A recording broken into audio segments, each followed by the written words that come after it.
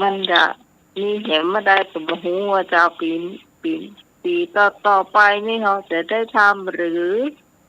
จะได้ทำก็บ่ฮู้อย่าเนาะเราก็อนาคตทำแค่แน่นอนนะเจ้าเนาะครับเราก็อัน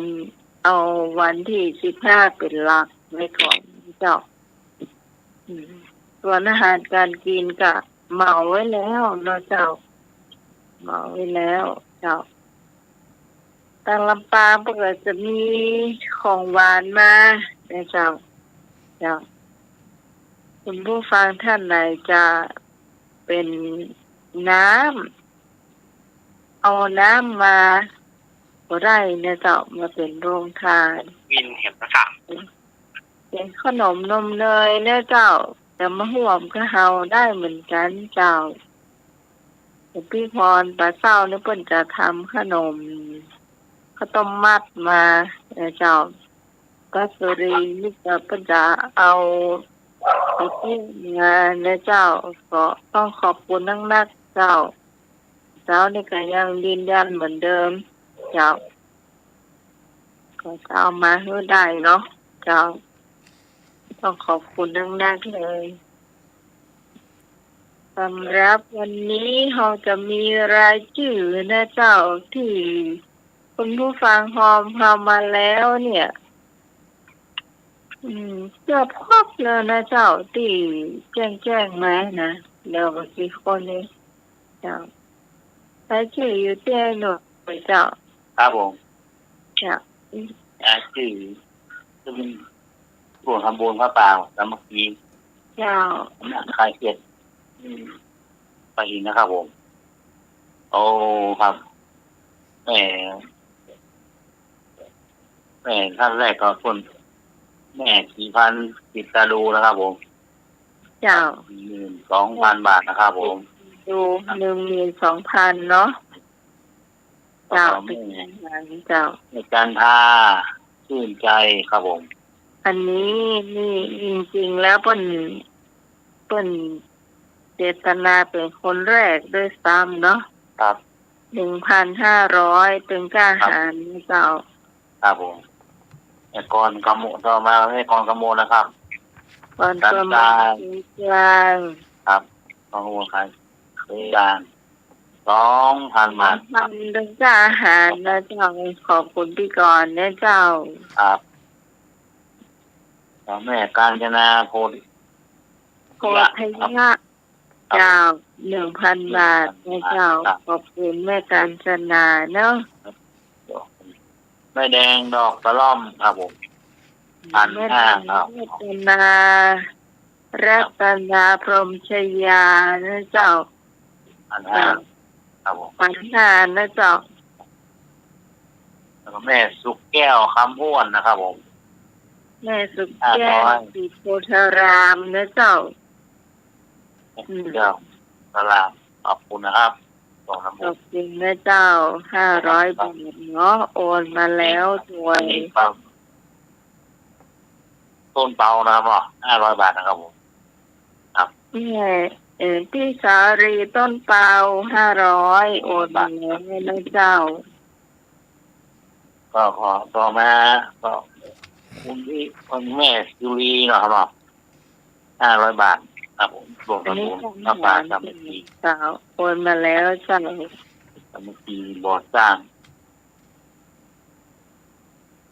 ที่สมัยครับผมจุลีอุดร 1,500 บาทน้องใหม่นี่กับของแม่น้อยหีบทองเจ้าอยู่เนี่ยแต่ที่เอาสตาร์ทเรียบร้อยเจ้าปัน5ของน้องใหม่ปัน5เป็น3ปันนะเจ้าไปดีนะก็ได้กินนั่นละโอ้ผมควรจะมาเอาค่ามาจำเนี่ย2ปันให้เขายังเหลือปันอยู่เนาะครับเผื่อว่าเด็กสายนุยกลางไม่1,500นะครับเจ้าให้หน่วยเป็นกล้าหาญเนาะเจ้า1,500แม่โสมครับแม่โสมสุมคานะครับผม200 บาทนะครับผมเจ้าขอบคุณแม่โสมจ้าขอบคุณนะครับเจ้า ครับต่อมาก็แม่พลอยบอกสร้าง200 บาท สร้างเจ้า ครับสร้างขอบคุณนะครับพงป่าสร้างครับ ไอ้พงปาตา200 บาทเจ้า ครับพรป่าเศร้า พี่พรปลาเศร้าโอนมาเรียบร้อยเจ้า ขอบคุณนะครับขอบคุณครับ500 บาทครับผม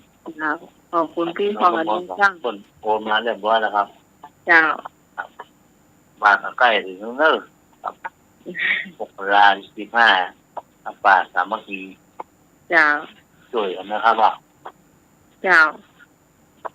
คือทุกบาท ต่อไปเหมือน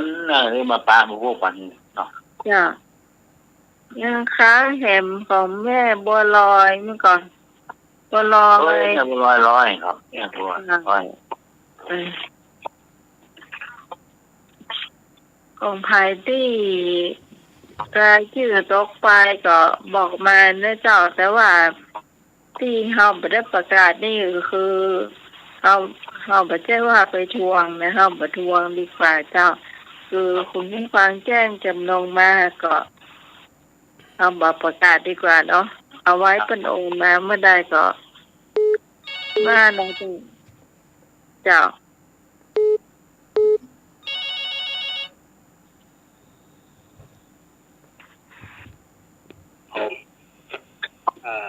ให้พงโอนไปที่วันน้ำมาเลยหนุ่ยเนอะ ครับขอบคุณนะครับ ครับผม ครับนะครับผม ครับครับ ครับ เจ้า นาโบเนอร์ ร้อยพงเจ้าขึ้นมาได้แล้วเจ้า ขอบคุณครับจังหวะปูนมากนะ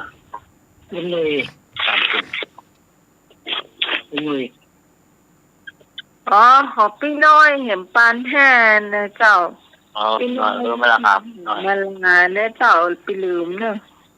ครับ1,500แล้วเนาะ พี่น้อยเห็นปานแท่เนาะ ขอบคุณครับน้อยยูกินหอมมะลาชื่อคนงาม เจ้า หอมมะลาสระกลางนะครับ เจ้า นี่เขาผีติดตามลำตัวครับผม อันนี้ก็ติดตามลำตัวเฮามาเมินนะเจ้าเมินหลายปีละเจ้าก็ยังแม่น้อยหีบทองเห็นนี่ก็โอ้เมินนะเจ้าเมินตั้งแต่ปีอย่างละหมูจับมาได้ ถ้ามีเจ้าเนี่ยเพิ่ม อย่างพี่สารีพี่สาวต้องเขานี่ก็ขบูนไม่ได้ก็ช่วยกันตลอดนะเจ้า ครับ ช่วยตลอด อันนี้ถือว่าเป็น หลังตัวโคตรสั่น เจ้า คือมาล่ามาขว้างกันเนาะ เป็นคล้ายๆว่าเป็นแฟนประจำแต่เลยแล้วก็ช่วยกันแต่เลยเนาะถึงแม้มันจะบางนักขนาดนั้นถือว่าเขาได้ช่วยกันเจ้า ข้าวสารดีเนาะ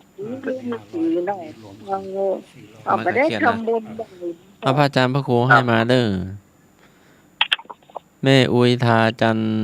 บาน500 บาท นายบุญเศรษฐาพระมาลานายพงศารพรหมจายานางสาวสัตธิชาสัตรัตนพงษ์และนายภูริศสัตรัตนพงษ์บ้านป่าคอยใต้ รวม400 บาทโอนเข้าบัญชีสถานีแล้วงั้นอันนั้นคงอาจารย์เจ้าคงก็ได้มารวมให้เฮาเนาะ ก็เป็นอันหนึ่งอันเดียวกันนะ แม่นก็แม่น ก็ เพราะว่าเราจะไว้ใส่ยอด ห เฮา ลาย ได้ สาย เพราะ น้ำ ว่า เนาะจ้ะ มันจะก็เดียวยอดเฮาหายไปอ้าวมีแต่ตัวเลขแล้วยอดมันหายไปไหนอ่ะ ก็แต่ละสายก็มารวมเป็นหนึ่งเดียวนะค น้ รั อบ ยจะมีเยอะเหมือนกันนะเจ้าแต่ว่าหมูอ่ะมีอยู่ที่เปิดนะของน้องสาวนะเอาหัวหัวเจ้าคือ คือเป็นยังฮะเพิ่นเขาว่าสลิปสลิปอยู่ที่เขาผู้ตังเข้าไปตามอาจารย์นะเจ้า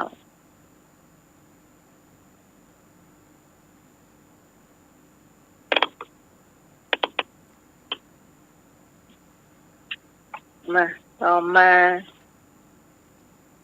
อย่างเห็น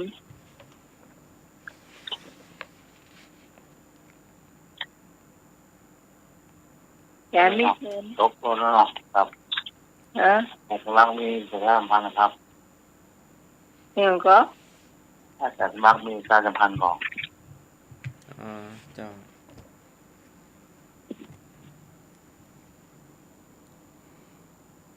เหนียเนาะ พรุ่งนี้ก็มีพิธีบำเพ็ญกุศลอุทิศปัญญา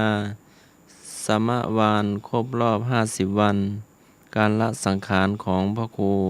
สุขนศีลอดีตเจ้าวาดวัดอุโมงค์สวนพุทธธรรม ในวันอาทิตย์ที่ 27 พฤศจิกายน 2565 ณ วัดอุโมงค์สวนพุทธธรรม ตำบลสุเทพ อำเภอเมืองจังหวัดเชียงใหม่ตั้งแต่เวลา 10 โมงไปเนาะ พระมหาเถรานุเถระก็จะสวดพระพุทธมนต์อาทิตตปริยายสูตรเจ้าญาติโยมท่านไหนว่างก็ไปร่วมทำบุญให้หลวงพ่อเนาะเจ้า เอเจเป็นทางวัดซะหน่อย4:12ละโอเคปัญหาพุทธประวัติเก่าเริ่มได้เลยครับการนิมนต์พระอาจารย์นิพนธ์ครับผม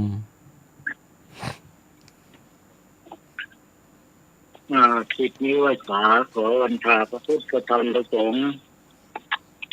กราบนมัสการท่านพระครูสมุวิศวะวรกิจโตผู้ในวยการสถานีรักษาการเจ้าวาดวัดสายหินกราบนมัสการท่านอาจารย์สมัครยานาจิโลผู้ช่วยเจ้าวาดวัดสายหินครับผม ครับผม สวัสดีสามเณรรัตน์ นมัสการครับ เจริญพรโยมพิสมัยผู้จัดรายการหัวหน้าแก๊งธรรมะขายเกี้ย จารย์นมัสการเจ้า เจริญพรโยมหนุ่ยครับผมกับสาวครับโอนเจโยมพรต่อเจ้า ครับกับภาษาครับ เนี่ยสมศรีรุ่งวัดผมที่สุรีแล้วก็พี่สาวลีโยมพรกมลแล้วก็หลายโยมธรรมะกายเกียรติทุกท่านวันนี้ก็เป็นวันเสาร์สุดท้ายของเดือนพฤศจิกายนเนาะที่เสาร์ที่26เมื่อกี้ก็ลงมาจากดอยพระมหาจักรพรรดิก่อนจะขึ้นไปก็เรียนหนังสือสบายกลับลงมาก็มาเขียนคำถามสำหรับพี่น้องญาติโยมพี่น้องธรรมะใจเกียรติทุกคนตอนนี้ก็เป็นปัญหาของพระพุทธประวัติพูดเรื่องประวัติพระพุทธศาสนาไม่ว่าจะเป็นประวัติของพระพุทธเจ้าหรือพระอนุพุทธะก็เกี่ยวกับพระพุทธเจ้าเนาะพุทธประวัติเพื่อไม่เป็นการเสียเวลาขอถามข้อแรกเลยดีกว่าเนาะข้อหนึ่งข้อความไหนไม่อยู่ในโอวาท3ในการประทานอุปสมบทพระมหากัสสปะกอไก่ความละอายและความยำเกรงขอไข่การเงี่ยหูฟังธรรมและพิจารณาคอควายไม่ละสติไปจากกายงองูการศึกษาพระธรรมวินัย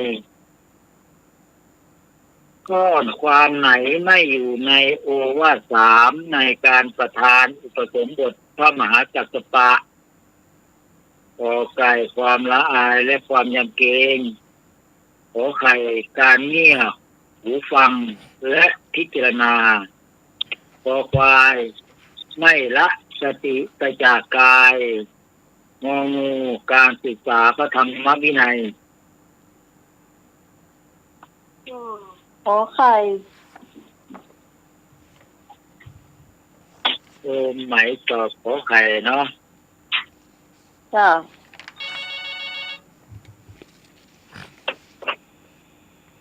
ครับไอ้พงตอบข้อกอไก่ครับผม ยกพงกอไก่เจริญพรโยมพง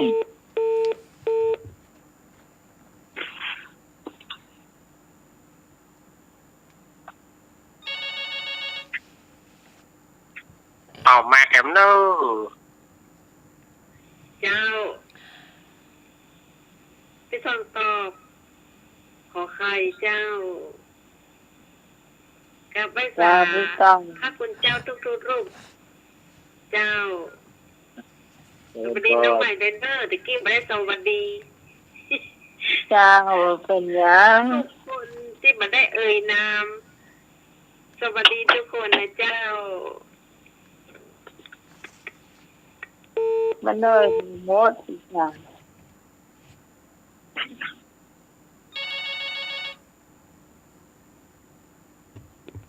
เจริญพร เจ้ากราบพระสาพระอาจารย์ท่านพระครูสมุขวิศวัตวรักกิจโจผู้บริการสถานีเจ้า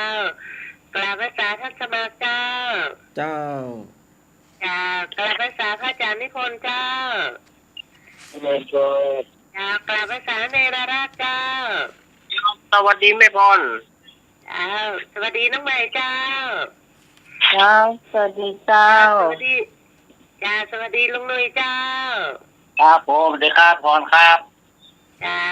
สวัสดีน้องเจเจเจ้า ครับ สวัสดีเหมือนกันครับ สวัสดีครับ เจ้า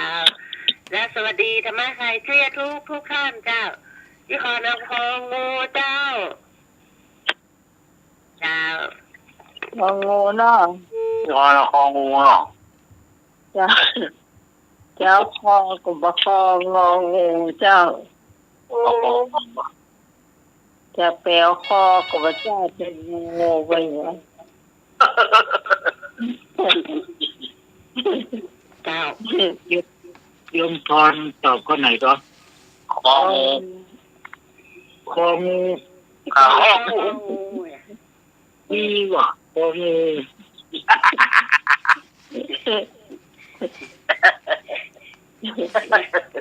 ก็เด้อขอไหว้ศาลก่อนเมื่อกี้มาได้ไหว้เตือขอไหว้ศาลให้ ครับ เจ้าแล้วก็ไหว้ศาลท่านสมาร์ท เจ้าแม่ โอ้ยภาษาท่านนิพนธ์ก่อนเนาะ เจริญพร เจ้าภาษาในลาบตัว สวัสดีแม่บุญ เจ้าวันนี้น้องไหม แล้ว เจ้าวันนี้ไอ้นุ้ย ครับผมได้ครับแม่บุญครับ เจ้าวันนี้น้องเจเจตัวเด้อ ครับ สวัสดีเหมือนกันครับ สวัสดีครับ โอ้แม่บุญนี่เหมือนนะ ต้มน่ะ หัวเด้ออัพเอาขอไข่ตัวน้องไหมเด้อ แล้ว เจ้าเจ้า เราคองูครับ งองูเผาเจ้าสวัสดีเจ้า ครับ ก็ควายที่มีเกิด ยังซ้ำไอ้นึกมาเลยนึกเด้อ เริ่มมา ไอ้ตัว ใน นี้ กั มัน นยามในกันยามสองที่นี่รับเล็กหน่อย จ้า กราบไหว้ พี่ก้อนขอไข่จ้า ก้อนขอไข่เนาะ จ้านมัสการอาจารย์นิพนธ์ค่ะ เจริญพรดูหมายข้อไหนครับขอไข่ขอไข่ ว่าขอไข่ ทำไมอ่ะ เจ้า พอควายยังไม่มีคนตอบเนาะ จัง กราบไหว้สาท่านอาจารย์พ ท่านอาจารย์วัชระวัดปางหมูแม่ห้องสอนนะรับฟังอยู่นะก็เข้ามาได้นะ เจ้าหมูกบมันไปเอาแล้วก็ออกข้อดีกว่าครับ ไอ้นึกเจ้าไอ้นึก อันนึกข้อคอควายเนาะ ครับ เจ้า ผมนึกคอควาย หมู ครับ ไอ้หนุ่ยเหรอไอ้หนุ่ยเหรอ ผมยาวคอไก่ครับหัวคอไก่โปก นี่เหรอ เอาตัวจีนั่นนะ เจ๊ครับ เอาคอควายครับคอควายเย้คอควาย ตัวไอ้นึกเนาะ ตัวนึก เจ๊บอกคองัว ไม่พลอยไม้อย่างนี้ แค่ควายคออย่าง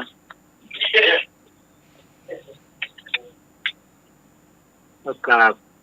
าบนมัสการท่านอาจารย์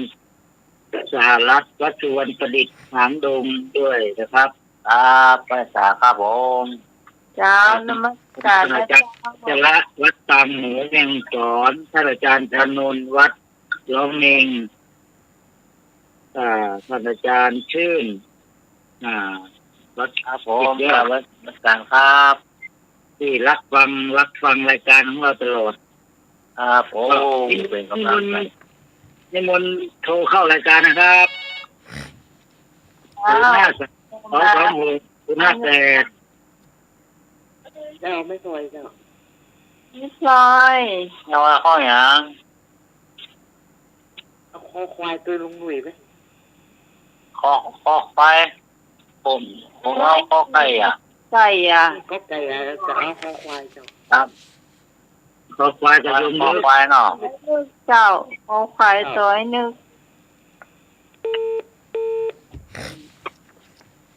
เฉลยเนาะ เจ้า ข้อความไหนไม่อยู่ในโอวาท3ในการประทานอุปสมบทพระมหากัสสปะข้อแรก เราจะเข้าไปตั้งความละอายและความยำเกรงไว้ในพระภิกษุทั้งที่เป็นผู้เฒ่าทั้งที่เป็นผู้ใหญ่ทั้งที่เป็นผู้ปานกลางอย่างเก่งกล้าข้อ2เราจะฟังธรรมอันใดอันหนึ่งซึ่งประกอบด้วยกุศลเราจะเงี่ยหูฟังธรรมนั้นพิจารณาเนื้อความข้อ3เราจะไม่ละสติไปจากกายคือพิจารณาร่างกายเป็นอารมณ์ต่อไก่ขอไข่ขอควายมีอยู่ทั้งหมด3ตัวว่า3นี่นะแต่งองูการศึกษาพระธรรมวินัยนั้นไม่มีเพราะฉะนั้นข้อความไหนไม่อยู่ในโอวาท3ในการประทานอุปสมบทพระมหากัสสปะก็คืององูโยนพรตาเศร้าถูกต้อง ตอนถูกต้อง คนอื่นถูกต้ม อยู่ในภูมิเข่งเนี้ยภูมิไก่ฮะเนาะ เป็นในมนต์ครับท่านอาจารย์สมัครครับ เอวเมสุตังเอกังสมยังภควาขายายังวิหารติขายาสีเสสัทถิงภิกขุสหเสนาตัตตาลโคภควาภิกขุอามันเตสิสัพพังภิกขเวอาทิตังกิจจาภิกขเวสัพพังอาทิตังคันเมื่อพระผู้มีพระภาคเจ้าประทับอยู่ณตำบลอุรุเวลาตามพุทธาพิรมย์แล้วเสด็จจาริกไปโดยมัคคาอันไปสู่ตำบลขยาศีสะพร้อมด้วยภิกษุสงฆ์หมู่ใหญ่ 1,000 รูปล้วนเป็นปุราณชตินได้ยินว่าพระองค์ประทับอยู่ที่ตำบลขยาศีสะ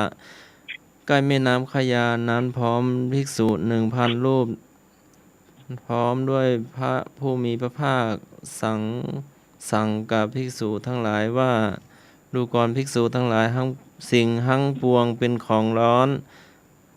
อะไรเล่าชื่อว่าทั้งปวงเป็นของร้อน ตอบมาได้เลย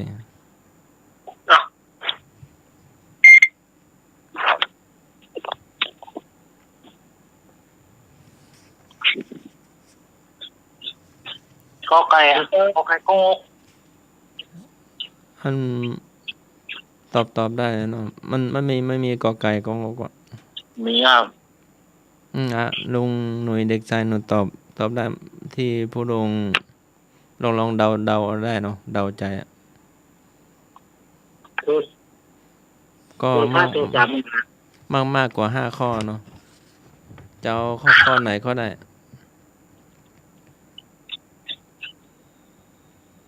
โอ้ข้อแรกก็แล้วกัน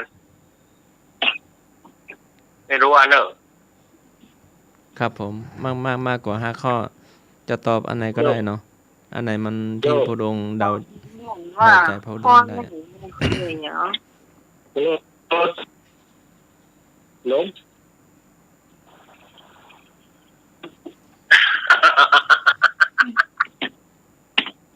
มันไม่มีให้เลือกอะ มันมีให้เลือกเอาข้อแรกนั่นนะไม่มีตั้งมากกว่า5 ข้อเนาะตอบข้อไหนก็ได้ แต่ว่าเราลองเดาใจผู้ลงว่าเป็นอย่างห้องมีเป็นของร้อน แต่ใบให้ก็ได้อยู่ในตัวเราเนาะ ลงพัก อยู่ในตัวเราอยู่ในตัวเราเนาะเจ้า ตรงแท้แล้วจบแล้วก็โกหรือครับผมอันนั้นไม่เนาะเมื่อกี้ลืมทักทายครับขอกราบทักทายขอกราบนมัสการท่านนิพนธ์ครับ เจริญพร กับนมัสการท่านสมัครด้วยนะครับ เจริญพร อาจารย์เอาลาตัวเนอร์สวัสดีไอ้พงษ์สวัสดีครับพี่สมัยด้วยนะครับสวัสดีครับ เจ้า ไอ้หนุ่ยด้วยนะครับครับผมดีครับผมครับครับโอเคครับครับมีเนี่ยขอบคุณครับ2G กับมีเนี่ย1ครับขอบคุณครับขอบคุณครับครับผมกราบนมัสอาจารย์วิศวัตรวรกิจโยครับลืมไปตะกี้เป็นอย่างเนาะแล้วก็แฟนธรรมะคลายเครียดทุกท่านทุกคนเลยนะครับสวัสดีครับอันนี้ผมขอตอบข้อ6ครับเกินกว่า5 ข้อเนาะเอาข้อ6ครับผมครับเข้ามา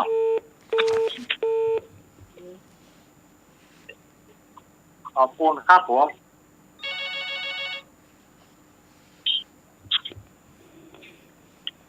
จ้าพี่กรณ์เอาข้อ3จ้า ต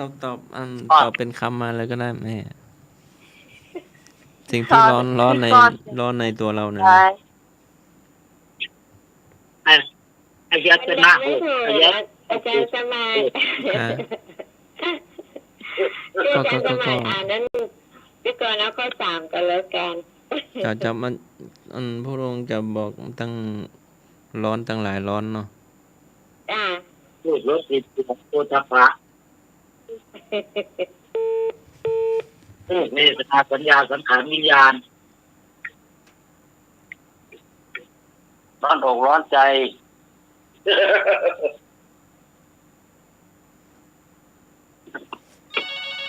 ก็มี2 ฝ่ายเนาะฝ่ายร้อนแล้วก็ฝ่ายเบื่อหน่ายเนาะ ครับ เนี่ยมี2 ฝ่ายรวมแล้วประมาณ10 กว่าข้อ โทสะเป็นของร้อนเจ้าโทสะเนาะ เจ้าจ้า โทสะเนาะโทสะ แค่ฟังปัญหากันก็งงกันหมดแล้วนะ เนาะของร้อนของเย็น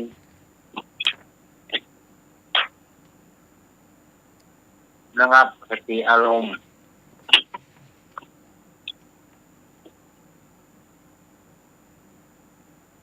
ของร้อนคือไฟของเย็นคือบ่ฟัก เย็นคือน้ำแข็งนะ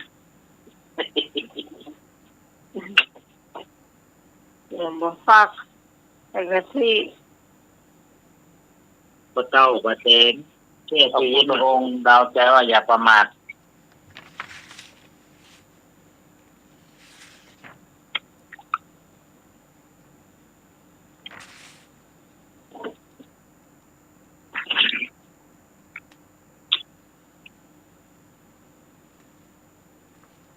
ผมว่าผมเก่งแล้วนะอาจารย์ธรรมะแต่ผมยังกล้าอาจารย์ธรรมะกินนั้นเนี่ยอาจารย์ธรรมะเก่งกว่าผมนะ โอเคนะ ผมยังงงเลยไม่รู้งงปัญหาง งตัวมาเข้าใจมากกว่า การถามเนี่ยมาเข้าใจได้ก็ต้องมาเข้าใจยังไงเนี่ย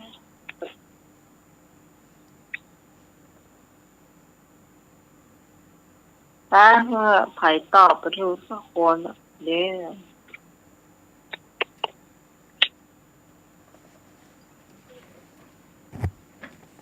รูปรสกลิ่นเสียงโผฏฐัพพะ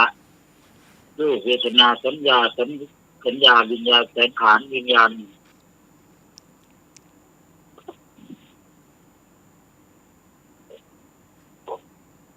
หรือ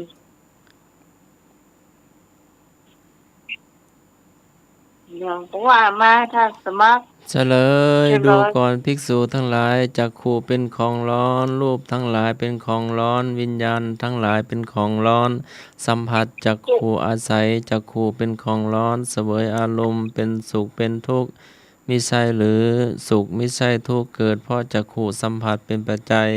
เป็นของร้อนเพราะไฟคือราคะร้อนไฟร้อนเพราะไฟคือราคะ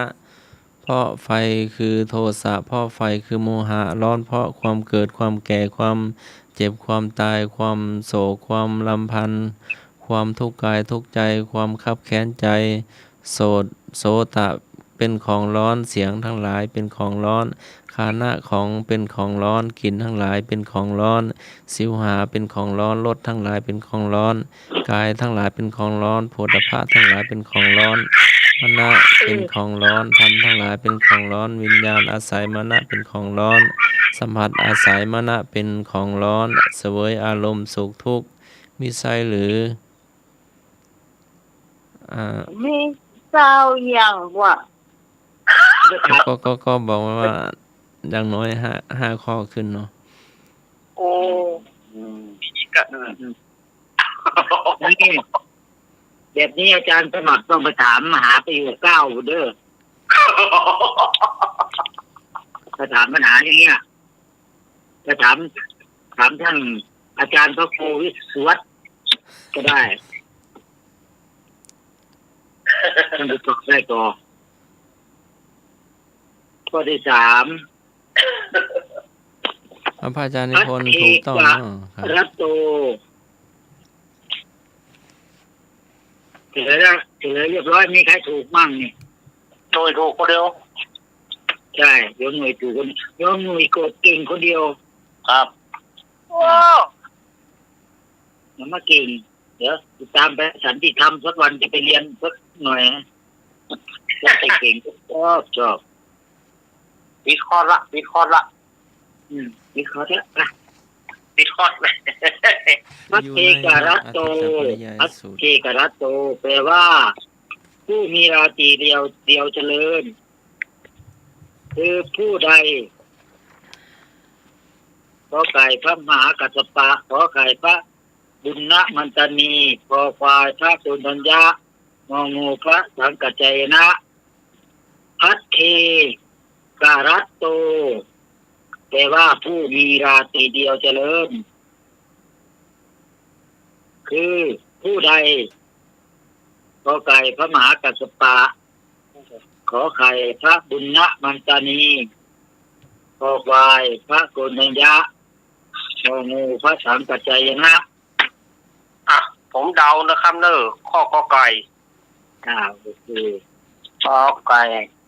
ครับผมก็ตัวกอไก่ครับเข้ากลุ่ม2 ตัวแล้วเข้ากลุ่ม2 ตัวลองต้นไก่อีกต้นไก่1 ต้นกันก็แดงมาเหมือนกัน ว่าข้อไหนครับ กอไก่กอไก่ ก็ไป อ้าวสายหลุดไปเนาะ น้องมาโตยน้องมาโตยเพื่อนเนี่ยน้องจะเอาคอควายพุ่น น้องหมายเอาคอควาย ตอนชอบคอควายเจ้า ตอนคอควาย เจ้า ครับผม ครับควายเจ้าสองคนเจ้า ให้พงเอาคอควายเหมือนกันนะครับ เจ้า คอควายนะครับขอบคุณครับคงผัดจางคอควายให้คงผัดจางขอไข่คองู คอควายเขาว้อง ขอไข่เขาว่อง คอควายเขาว้องเป็นน้องไหมเจ้า ครับ เต่า แม่ ไหน บูนเนาะ เจ้า แม่บูนเนาะ แม่เต่าไหนเต่าไปน้อง ต่อไปนะบอกเดาเอาเหมือนกัน แม่บุญคอควายมีคุมไก่สวมคุม ว่าเป็นตา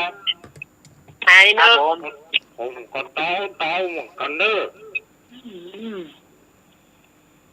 ผมเต้าเอาขอไข่ ครับ ขอ ขอไข่เนาะครับ ไหนเนาะแยกตัวมาเนาะ เยอะหัวแม่ตั้งอยู่ในคุมไก่ละ ขอไข่ขอไข่ ครับเดาเหมือนกันเต้าครับเอา อืม ไอ้นึกมาละจีข้อไหนจี เจ้า เจ้าเอามันครบเห็นเนาะที่สั่งเอาคองูก็ได้ ครับ เจ้า เจ้า เจ้า ครับ เรียบร้อย คอยมา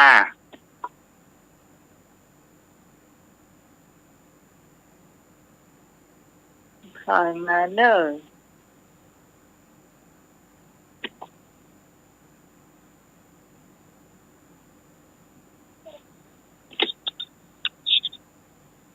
จีข้อไหนจีคอควายครับคอควายจอเนี่ยคอควายเข้าแน่จอ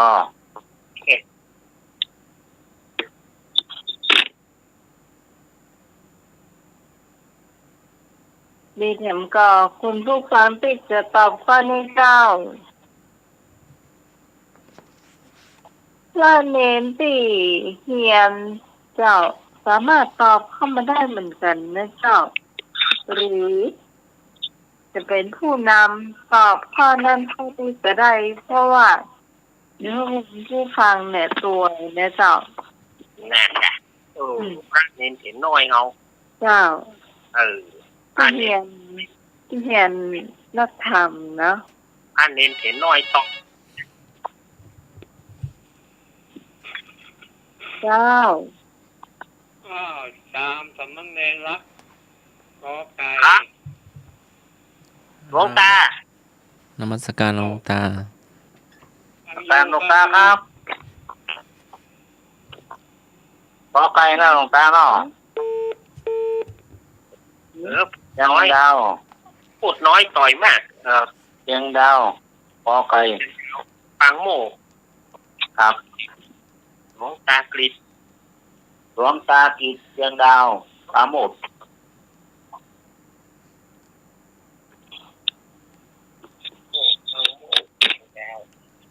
ดีแถมเจ้าคุณผู้ฟังที่ตอบข้อนี้เจ้า เดี๋ยวเลยนะครับคำว่าพัทเทกรัตโตแปลว่าผู้มีราตรีเดียวเจริญคำว่าราตรีเดียวเจริญก็หมายความว่าผู้มีความเพียรไม่เกียจคร้านทั้งกลางวันและกลางคืนอยู่ด้วยความไม่ประมาทชื่อว่าพัทเทกรัตโต ก็ถามว่าพระเทกรัตโตนั้นผู้มีราตรีเดียวนั้นคือผู้ใดขอไก่พระมหากัสสปะขอไก่พระปุณณมันนาทีขอควายพระโกณทัญญะงองูพระสังกัจจายนะทุกข้อเลยเนาะก็ไก่ประกอบกันหลายคนอยู่ขอไข่ก็ตอบมีโยมนึกมั้งขอควายตอบหลายคนเนาะ ครับผม งองูโยมคนเดียวใช่ไหม งองูคองมีพี่ตองครับ อ๋อแต่ว่าครบทุกข้อเนาะ ครับ คำเฉลยก็คืององูพระ เอา เทนะ พี่ตอง พระมหากัสสปะอันนี้ในทางทุดงค์เนาะขอไข่ก็เป็นพระธรรมกถิเนาะขอควายรัตตัญญูผู้มีราตรีนานไม่ใช่ผู้มีราตรีเดียวเจริญนะขอควายนะมันจะนิดนึงส่วนพระสังฆจายนะนี่เป็นผู้ที่มีความไม่เกียจคร้านทั้งกลางวันและกลางคืนอยู่ด้วยความประมาทที่ว่าพระเทกรัตโตงองูเป็นคำตอบที่ถูกต้อง โอ้ คนเดาเขาไม่เข้าคุมไก่ให้อะถูก เจ้าต่อไปข้อสุดท้ายเจ้า42 นาทีค่ะ ก็สุดท้ายเนาะ ตรงอ ถาม ภิเษ ง่าย ก ๆเนาะ พระอาจารย์นิพน พระ ธ์ อนุรุทธะเป็นเลิศในทางใดขอไก่จีวรเจ้าหมอขอไข่โสตัดทิพย์ขอควายที่ไปจักโคงองูแสดงธรรมโดยพิสดารพระอนุรุทธะเป็นเลิศในทางใดขอไก่จีวรเจ้าหมองขอไข่โสตัดทิพย์ขอควายจักที่ไปจักคูหรือว่าจักคูทิพย์งองูแสดงธรรมพิสดาร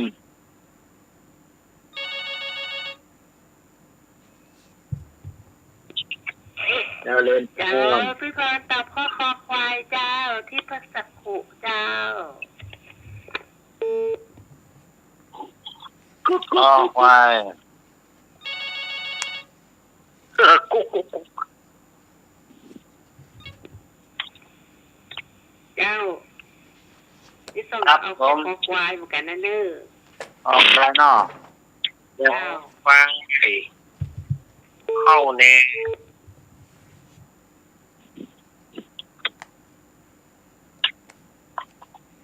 จักกุก จักสุ จักจุเนาะ อยากถูกดูตายเอาข้อดีกว่าข้อไก่ดีกว่า หมายความอะไรเนาะ เจ้า มีสายมาเน จั อะ กสุคำว่าจักสุในภาษาบาลีจะไม่มีนะว่าจักสุจะเป็นจักขุ อ้าว ภาษาบาลีขอบริสีจะไม่มีจัก มี ขุ สายมาเนอะ ครับตอบก็ขอใครครับผมครับผมวงครับขอใครนะครับเนาะครับผมครับ มันปล่อยเจ้าจะปล่อยเลยนึกมา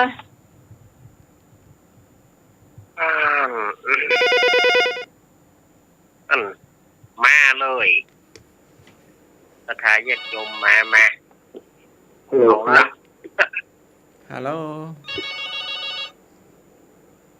ฮัลโหลได้ยินแล้ เจ้าว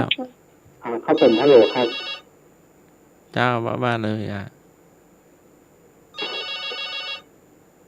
เอาสายมาเรื่อยๆเน ครั อะ บผมขอกลับนมัสการท่านพระอาจารย์ทุกรูปนะครับ แล้วก็เจริญพรโยมทุกคนนะครับ ผมขอตอบข้อที่ประจักษ์สุนะครับ ที่ประจักษ์ครูชื่ออย่าง จากไหน โตจากไหน ไหน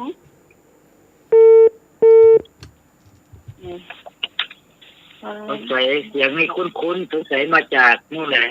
ตังหมูแม่ฮ่องสอนนั่นแหละ วัดเด็กครับทางสุกรเนาะ จำเสียงได้อยู่ ผมจะวูบ อาจารย์วั พระ ฒนะ อาจารย์ในลักเอาข้องงองู เจ้า ไอ้เนื้อข้องงองูเนาะผมจะวูบโวกเนาะ เอาพวกก่อนพวกเป็นพวก มันมีออกคองงูเนาะ เนื้อข้องงูเอาเจ้าขอไข่อ่ะขอไป ช่วยกัน ไอ้เนื้อข้องงองูเอาขอไข่เจ๊เอาอย่างเจ๊ขอไข่ครับขอไข่เหมือนกัน ไปจอ บัดได้ เด็กแซงโน่เหรอขอใครอ่ะขอใคร ขอไก่เนาะ ครับ เอาว่าเข้าไปไหนกันไหนเอา นะเที่ยงมือปลาแล้วสักสาม จ้ะจะไปนาแล้วจ้ะ ครับ ออกไป พี่กรจะไปนานแล้วนะ จะไป ติด นา ไปนานเนาะ ข้อสุดท้ายละจะไปนาละ จะดับไฟแล้วกัน ไป ดับไฟเข้าสูตรแล้วกัน จะไปนาละไอ้หน่อย ครับ แล้วไปเพื่อจะได้ฟังนิทานหรือเปล่าเนาะ ท่านก็ตา จะไปนาเนี่ยจะได้เงียบฟังไง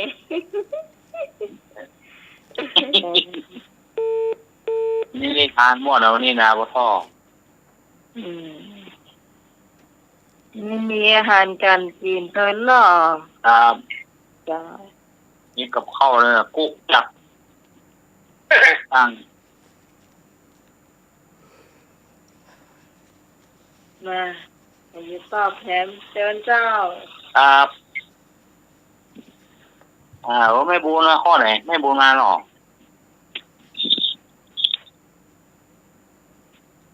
แม่บุ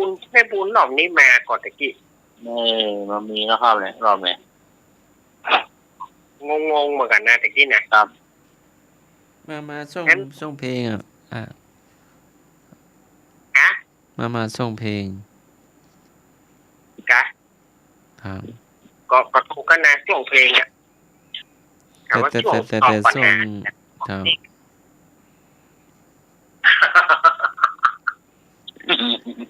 แม่ไปนี่อยู่ก็ พี่น้อยยืมพินหอมมาลา มา เข้ามาได้สักที พี่น้องมาเจอแล้วครับ เนาะโอ้ ผมไม่ได้สักเสือตั้งตัว เขาได้ยินเสียงฝนนะยังได้ยินเสียงฝนเตือ เสียงม่วนเนอะพ่อ แม่นะกะ เฮ้ย แม่บุญจ้ะ นะ ไม่จะหลายที่เชื่อจะหลายข้อแล้วเหรอว่าเปิดบอกไป ถ้ามาว่า ข้อนี้มาได้ ว่ามาช่วงเพลงนี้หรอ ข้อนี้มาได้ แม่มาเนาะ เจ้าตะกี้ก็มา ข้อประเดียวนี่มาได้ มาแล้วไปไหนต่อแม่ ไปไหนอยู่ตำเนีย มัน จ้ะ รับอีกแต่ ควาย ตอบได้เลยมาแล้วก็ไปรับ คอควาย เดี๋ยวนี้ก็นอนอยู่เนี่ยดีรับปะโอ้โหเนี่ยเจ้า ก็เดียวฟังรับด้วยนะก็เดียวครับวันนี้แกงยาววันนี้ฟังรับด้วย เจ้า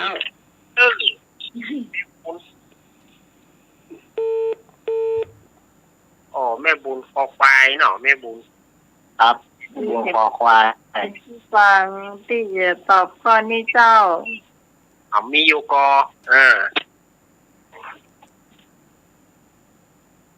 พี่สาวลีข้อใด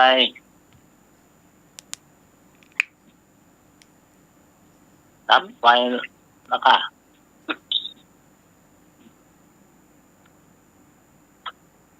พี่กรเห็นรับไปละ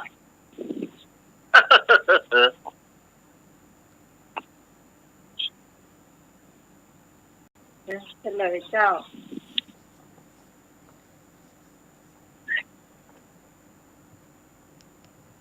เออ พระอนุรุทธะเป็นเลิศในทางใดก็ไก่จีวรเจ้าหมองก็ไก่โสตทิพย์หรือว่าทิพย์โสตะก็คือหูทิพย์ต่อไปทิพย์ประจักษ์คูหรือว่าทิพย์ประจักษ์สุตาทิพย์งองูแสดงธรรมโดยพิสดารจีวรเจ้าหมองก็มีก็คือพระโมคคัลลาชแสดงธรรมโดยพิสดารก็มี มีแสดงธรรมโดยพิสดารก็เป็นพระ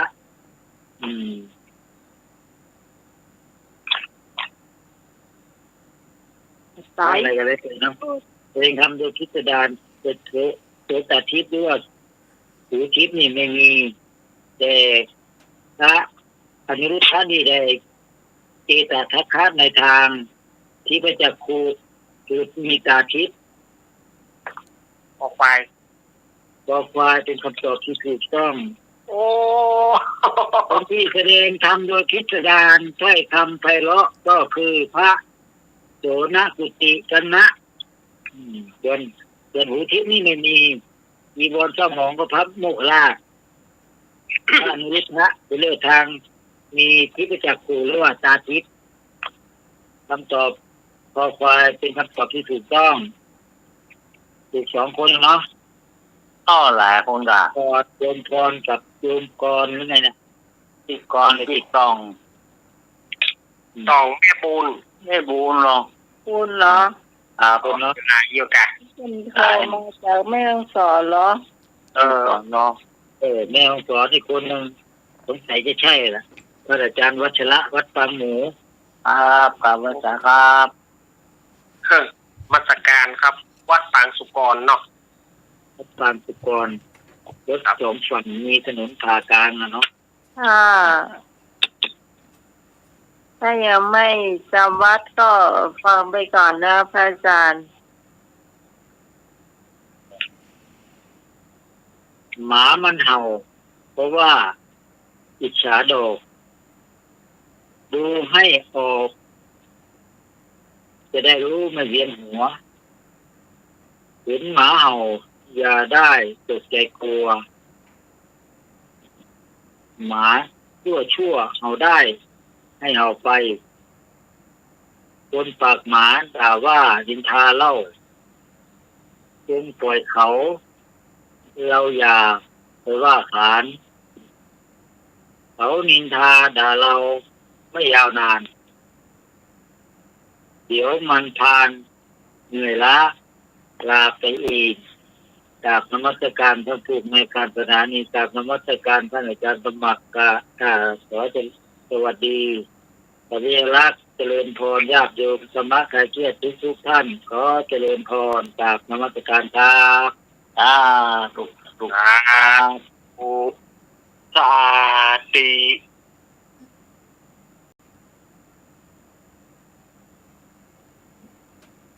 ต่อไปเป็นช่วงของสมณเณรนรปเรียนงานนะเจ้าเอาละวันนี้ก็เป็นช่วงนิทานเนาะก่อนที่จะถึงนิทานนั้นอาตมาภาพขอแสดงความเสียใจไปยังครอบครัวญาติกาของแม่น้อยสุขสบายภายที่เคยได้ฟังแม่น้อยสุขสบายได้โทรศัพท์มาบอกว่าจะเป็นรายการของหลวงลุงตุลุงยองรายการของอาตมารายการของครูบาอาจารย์ภายเคยได้ฟังแม่น้อยสุขสบายตอนนี้เปิ้นเสียชีวิตไปเมื่อตะวาก็เสียชีวิตไปเมื่อตะวาเนาะเน่นยังก็แม่น้อยสุขสบายเปิ้นถึงแก่กรรมเปิ้นเสียละภายที่เคยได้ฟังเสียงแม่น้อยสุขสบายตอนนี้ก็เปิ้นได้ถึงแก่กรรมไปเมื่อตะวานี้อาตมาภาพก็ได้รับข่าวจากแม่สายบัวเนาะแม่สายบัวเมืองพานเปิ้นโทรมาหาอาตมาว่าแม่น้อยสุขสบายเสียแล้วเนอะ แต่ว่าก็ได้ยินหลวงลุงได้ยินท่านอาจารย์ท่านพระครูปริยติชัยวัฒน์วัดสันบรรณะเพิ่นก็บอกเพิ่นก็แจ้งมาว่าแม่น้อยสุขสบายถึงแก่กรรมละเพิ่นสวดแต่คืนนี้คืนเดียวเพราะว่าเปิ้นหมอบร่างกับโรงพยาบาลวันนี้เปิ้นก็เอาร่างอันไร้วิญญาณของแม่น้อยสุขสบายไปเปิ้นฮ้องว่าไปเป็นอาจารย์ใหญ่เนาะเปิ้นเอาไปเป็นอาจารย์ใหญ่ก็คือเอาไปนักศึกษาได้วิจัยก็คือว่าเปิ้นมอบร่างไว้โรงพยาบาลเปิ้นสวดแค่คืนเดียวแล้วเปิ้นมอบร่างเปิ้นก็สวดทำพิธีแล้วเปิ้นก็มาเอาไปที่โรงพยาบาลน่าจะเป็นโรงพยาบาลเชียงรายนะอันนี้ก็แสดงความเสียใจกับแม่น้อยสุขสบายเถอะเนอะขอให้จิตดวงวิญญาณของแม่น้อยสุขสบายบนสวงสวรรค์จันทร์ฟ้าบุญสมปานแก่กล้าได้สุขสบายในอมตะมหาเนรปานเวียงเกี้ยวเนอะแม่น้อยเนอะขอรายการธรรมะคลายเครียดนี้ขอแสดงความไว้อาลัยขอบุญกุศลที่หมู่เฮาได้ฟังเทศน์ฟังธรรมก็ดีไปรอดไปถึงกิจดวงวิญญาณของแม่น้อยสุขสบายเถอะเนอะเน้นนะความคิดของต้นลูกเวอ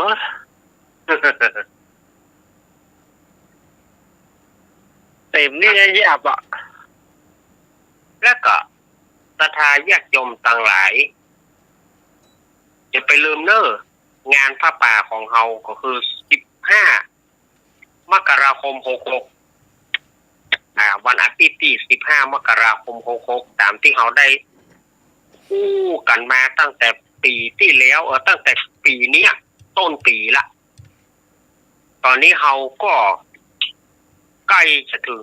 เวลาที่เฮาจะได้ทอดผ้าป่ากับวัดไปหินของเฮาเพื่อบำรุงสถานีวิทยุ104เพื่อจะให้สถานีวิทยุ104นั้นอยู่คู่กับเฮาไปเมินๆฉะนั้นก็มีการบำรุงทอดผ้าป่าเพื่อจะลงสถานีเอาไว้ฉะนั้นก็15 มกราคม 66เนอะ15 มกราคม 66ก็น้อมเจริญพรได้มาร่วมทำบุญกันงานที่ใกล้ๆนี่ก็วันที่11 ธันวาคมก็สวดอิติปิโส108จบที่วัดปากกลางเจริญตำบลไดหล่ออำเภอไดหล่อจังหวัดเชียงใหม่เพื่อจะมีการสวดอิติปิโส108จบแล้วก็จากนั้นวันที่12ถึงดาวของรอฟังพระครูบรรยงก็เด้อวันที่11เมื่อคืนนั่นนะเปิ้นมาแน่นอนกันเตี้ยฉะนั้น16ฉะนั้น12ถึง22ก็ที่หม่อนฤาษีปากกลางสามัคคีเปิ้นก็จะมีงานเข้าปริวัติกรรมฉะนั้นเป็นรายการของอาตมาภาพอาตมาก็คงจะหยุดไปวันที่13ก็เป็นวันอังคาร13กับวันที่20อาตมาภาพก็คงต้องหยุดเพราะว่าต้องถวายเวลาหรือเปิ้นในการถ่ายทอดเนาะ13ถึงวันที่20อาตมาจะมาปะศรัทธาญาติโยมแบบกรรมก็คงเป็น7 ธันวาอันนี้แจ้งไว้ก่อนอันนี้ก็แจ้งกับศรัทธาญาติโยมไว้ก่อนเด้อมาถึงนิทานวันนี้อาตมาภาพเรื่องด้วยในช่วงนี้เป็นช่วงของเปิ้นเกี่ยวเข้ากันเนาะเน้นนะวัดพอดเซตไปปากก่อนที่อันนั้นอีกวันพฤหัสบดีวันที่1เนาะอันนี้ก็เป็นงานเปิ้นทำบุญอายุวัฒนมงคลของหลวงพ่อสังวรศรีราภิรัตน์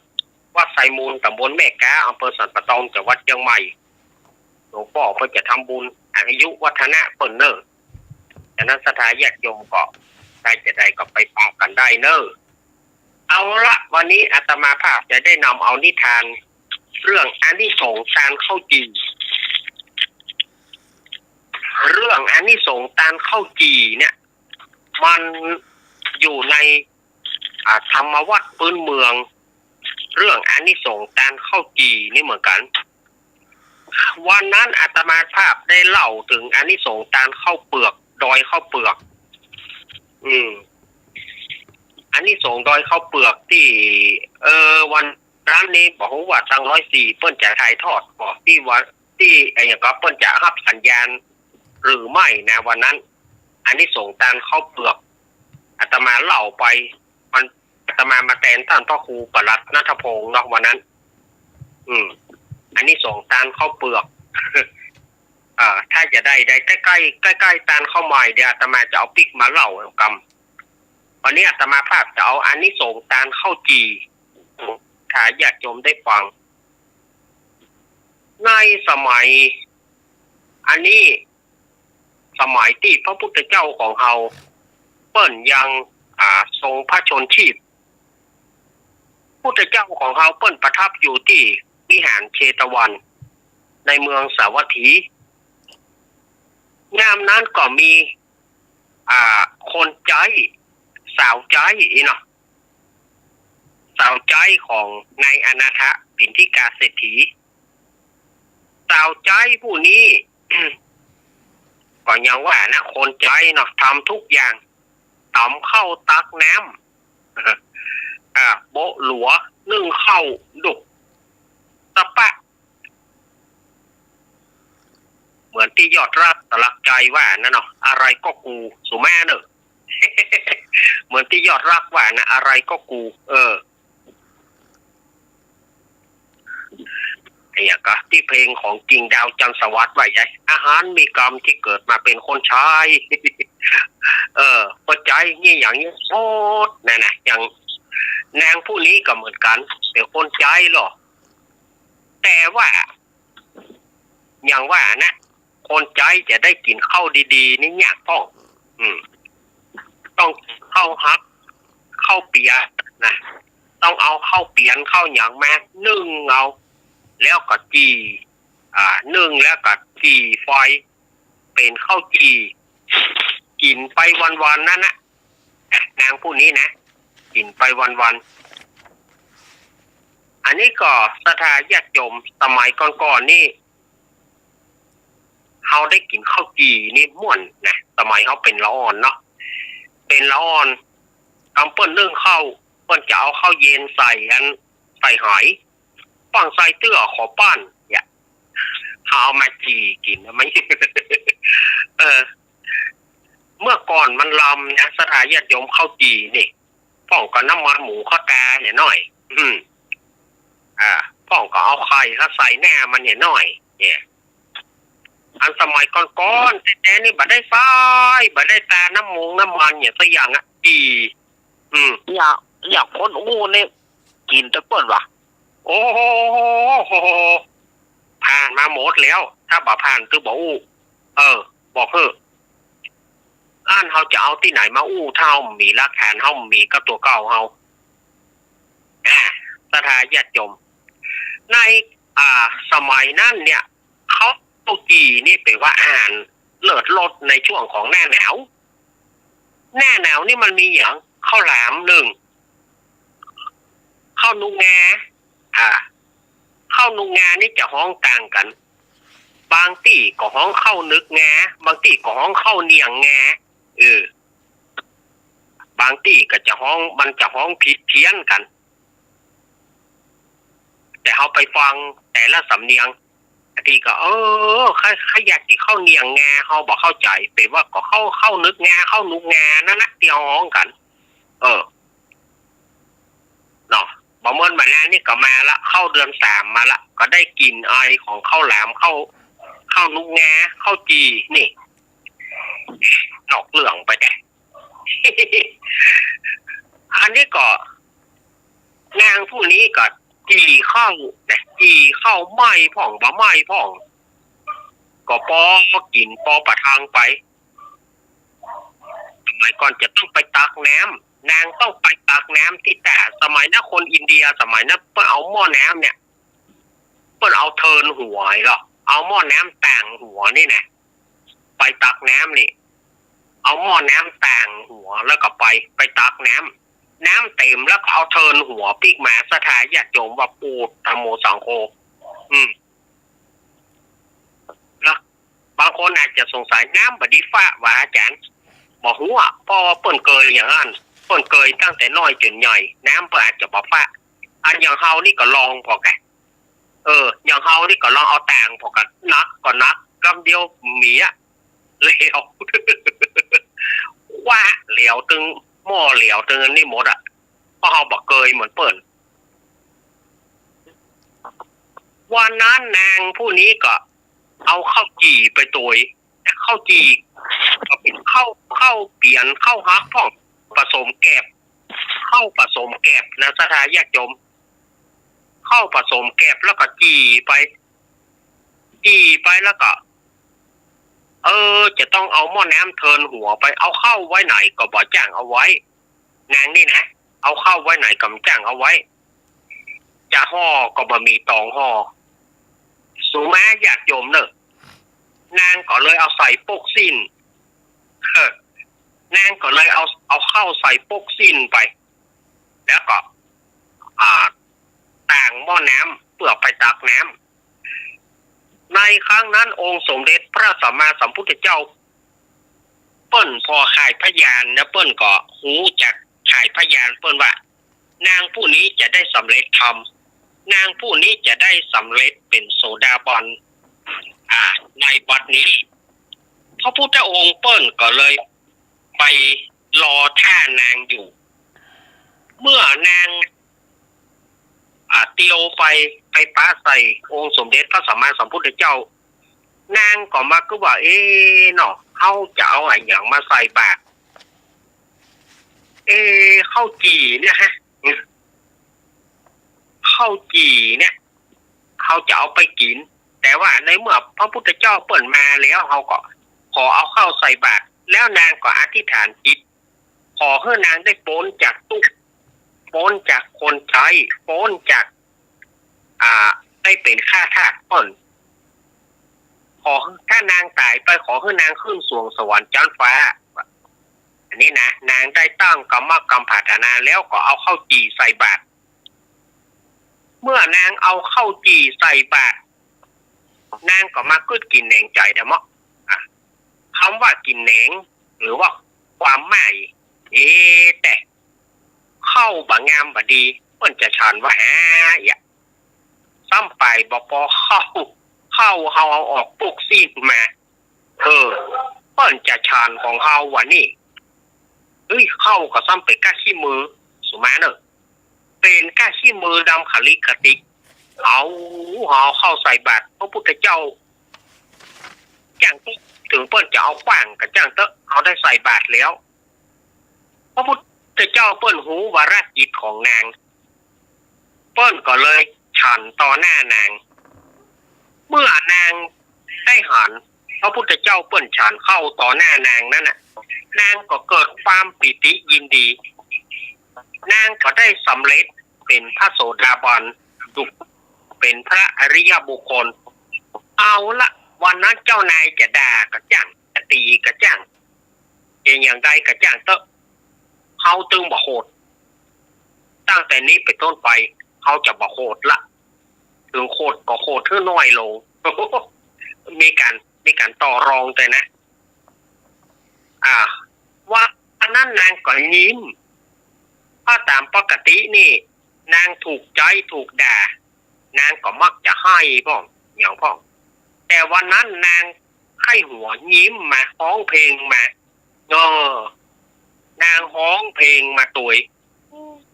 แล้วก็เอาน้ำมาใส่เอาน้ำมาไว้ตีเอาหม้อแกงอื่นไปแถมนางก็มีอารมณ์อันแจ่มใสอย่างนั้นพ่อเศรษฐีก็สังเกตว่านางผู้นี้วันนี้อย่างใจดีฮะ เข้าได้อย่างใดก็บอกโคตรก็เลยถามนางว่าอีน้อยเหยขอถามกำเตอะวันนี้เป็นจะใดเขาว่าอย่างเจ้านี่อย่างเจ้าบอกโคตรถ้าตามปกติเขาด่าเขาตีเจ้าก็มักจะให้ วันนี้เป็นจะได้เขาว่าอย่างเจ้าบอกโหดเป็นเพราะเจ้าเป็นเพราะอย่างแห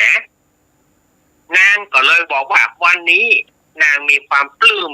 ปิติยินดีที่นางได้ถวายเข้าแด่พระพุทธเจ้าเข้าซึ่งมันเป็นกะขี้มือมันเป็นเข้าศูนย์แคบ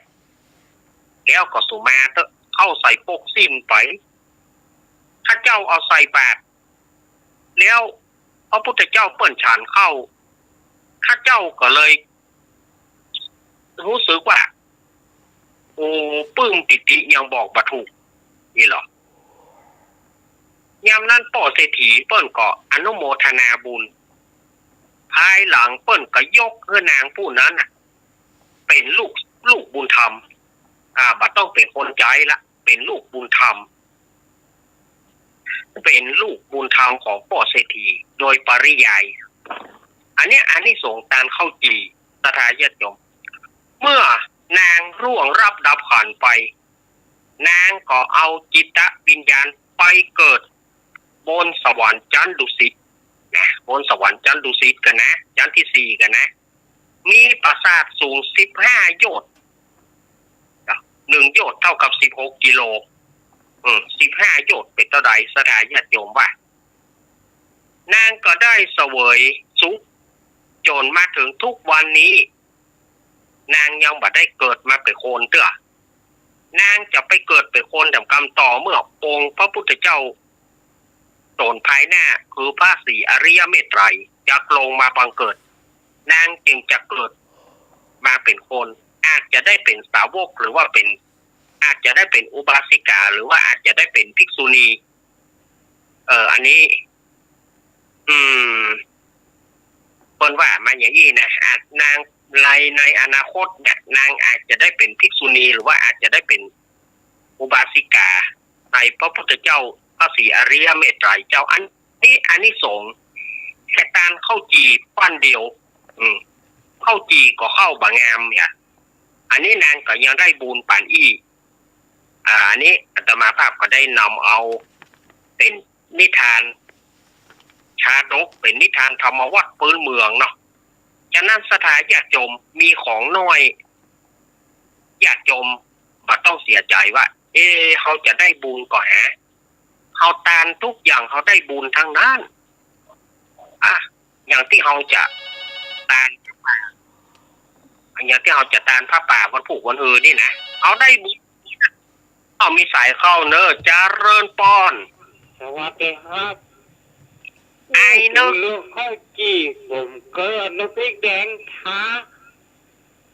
แม่แดงท้าและจีต้นละลังเล่าได้ทานนี่กับศูนย์มาเลยแต่เอาพ่อช่วยนึกเนี่ยเอาข้าวจีหน่อยนึกเนาะร้อนได้รู้หน้าหนาวกินไฟด้วยเอาข้าวหลามที่เข้าหมกมันแก้ว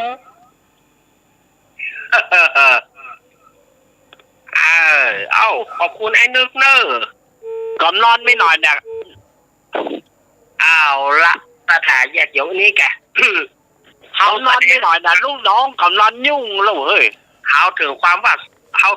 สะท้อนความคิดความเห็นช่วยกันอาตมาภาพดีใจที่มีคน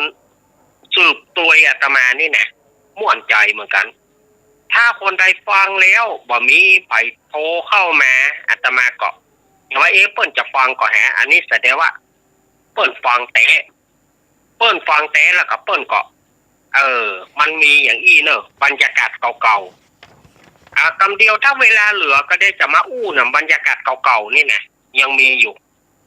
ตอนนี้ก็ขอขอบคุณโยมพี่พิสมัยเนอะที่ให้เวลาเนาะขอบคุณนักๆเนอะเจ้าต่อไปเป็นอาหารการกินนะเจ้าพี่พรในบุญนะเจ้าใครจะมาก่อนมาก่อนเจ้าใครจะมาก่อนเจิญเลยว่าแม่บุญแม่พรป่าเต้าเนอะ0532260058มาเลยวันนี้แจกแกงยังนี่เนาะ มันมาจุมันมาจุหลบเดิกนะแต่ ก็มีคนชอบนักเหนือหลอบดึกนี่นะ กะ เรามีติดแกงเหรอ เรามีสิทธิ์แค่ฟัง โอ้โห ผมหนุ่ยนึกเอาไปเถอะก็คำนั้นหนุ่ยคำนั้นหนุ่ย มาแล้วมาแล้วมาแล้วเจริญป้อน เจ้าวันนี้พี่คอนมาก่อนไม่พูดหายไปตังใดเหรอเจ้า แต่เดี๋ยวออกมา พี่พรเก่งยัง วัน พี่ นี้ พรจะ พี่ค เก่ อง นจะทำลาบอีสานเจ้า เอา เราอีสาน หลับอีสานคนเหนือแปลงเนาะ เจ้า โอ้ มันเดือดเป็นลาบอีสานเจ้า เอาเลยเจอเลย เจ้าลาบเลยเนาะเจ้าส่วนผสมก็มีหมูบดนะเจ้าหมูบดเอาตามที่เราต้องการเนาะ1 กิโลกาสัก2 ขีดกาแล้วแต่เราจะอันนี้เนาะมีหมูบดเตรียมไว้ก่อนนะเจ้ามีมันหมูเจ้ามันหมูแข็งเนี่ยนะแล้วก็มีตับเราต้มให้ก่อนนะเจ้าต้มก่อนแล้วก็เอามาหั่นซอยเป็นบางๆไว้นะเจ้าเป็นชิ้นพอคำบางๆไว้นะเจ้าแล้วก็มีหอมแดงซอยนะเจ้าซอยล้างหอมแดงก็สะอาดแกะปอกเปลือกแล้วก็ซอยบางๆนะเจ้าใส่ช่วยเตรียมไว้นะเจ้ามีผักชีฝรั่งหน่อยหนึ่งนะเจ้าสัก2 ต้นเนาะล้างสะอาดแล้วก็หั่นฝอยเลยนะเจ้าใส่ถ้วยเตรียมไว้เนาะเจ้ามีสะระเนเนาะสะระเนเขากระเด็ดเป็นใบไว้นะเจ้าตามความต้องการของเขาล้างให้สะอาดแล้วก็ใส่ถ้วยเตรียมไว้เนาะเจ้าวิธีทำนะเจ้าเอาหมูบดตั้งไฟเนาะใส่กระทะตั้งไฟลวนเจ้าแล้วขณะลวนเขาก็บีบน้ำมะนาวใส่ประมาณสัก2 ซีกนะเจ้าลวนไปเรื่อยๆเจ้าจนกว่าน้ำมันที่เราลวนนั่นน่ะมันแห้งนะเจ้า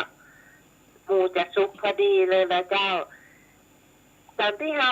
เอาน้ำมะนาวเข้าใส่ตัวนี้เพื่อให้หมูบดนี่อย่านุ่มเจ้านุ่มมันบะแข็งล้ำไปนะเจ้าถ้าลวนไปเรื่อยๆจนน้ำแห้งแล้วก็เตรียมไว้แล้วก็เอาหมูบดเนี่ยใส่กระมังไว้นะเจ้าเอามายำเลยเนาะเจ้าเอาผสมน้ำยำเอา น้ำยำวิธีทำน้ำยำเจ้ากระมังมา1 ใบเนาะเอาพริกป่นที่คั่วก่อนใหม่ๆนะเจ้าเอาพริกคั่วแล้วมาป่นมันจะหอมมาจะใส่1/2 ช้อนโต๊ะจะใส่ลงไปน้ำปลาที่พะโล้ก็ได้เจ้า2 ช้อนโต๊ะเจ้าน้ำมะนาว2 ช้อนโต๊ะเจ้าคลุกเคล้ากันไปในกระมังใส่ชูรสนิดหน่อยเจ้า1 ช้อนชาก็ได้เจ้าคลุกเคล้ากันไปน้ำยำมันเข้ากันดีแล้วเราก็ใส่หมูบดลงไปนะเจ้าคลุกเคล้ากันไปใส่ตับกับหมูซอยลงไปนะเจ้าคลุกเคล้าให้มันเข้ากันนะเจ้าแล้วก็เติมหอมแดงกับจีฝรั่งนะเจ้าใส่ลงไปนะเจ้าใส่ในกระมังคลุกเคล้าให้เรียบร้อยเลยให้เข้ากันนะเจ้าถ้าเข้ากันดีแล้วก็ใส่ข้าวคั่วประมาณสัก2 ช้อนโต๊ะอาจารย์เอาข้าวคั่วนะใส่ลงไปคลุกเคล้ากันไปแล้ว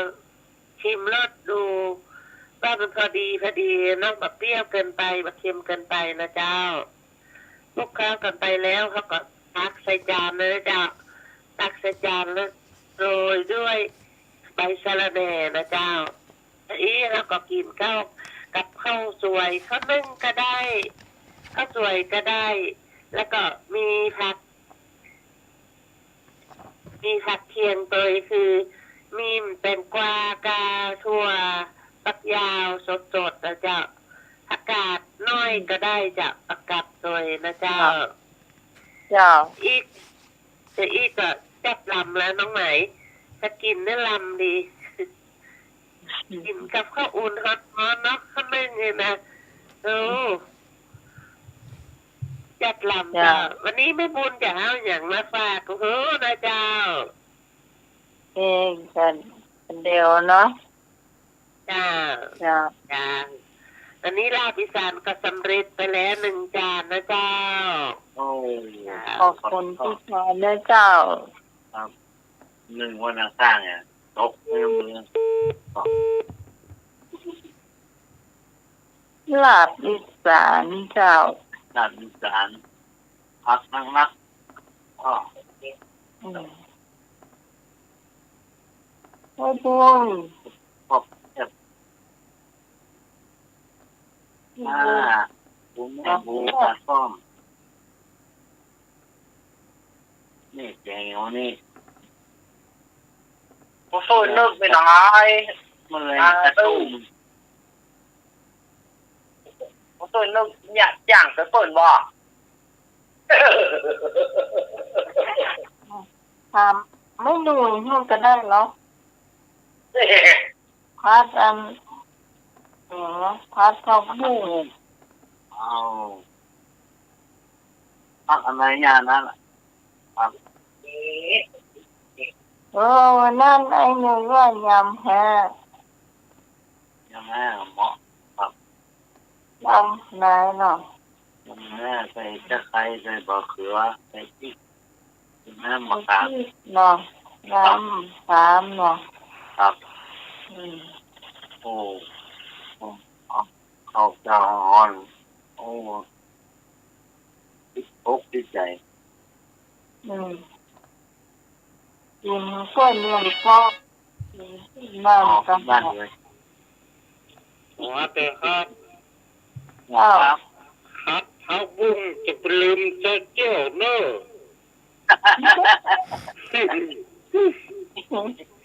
อู้แล้วใครอยากให้ ครับ ครับบุ้ง ทำไมหายหน้าได้ทำไม่ได้ ใส่หยังอ่ะ มันใส่เยอะหอมนี่กระเจียวซะ มีกระเจ้าก็ดีละ ครับผมทำไมแม่นอยู่เร็วนั่นเนาะ อืม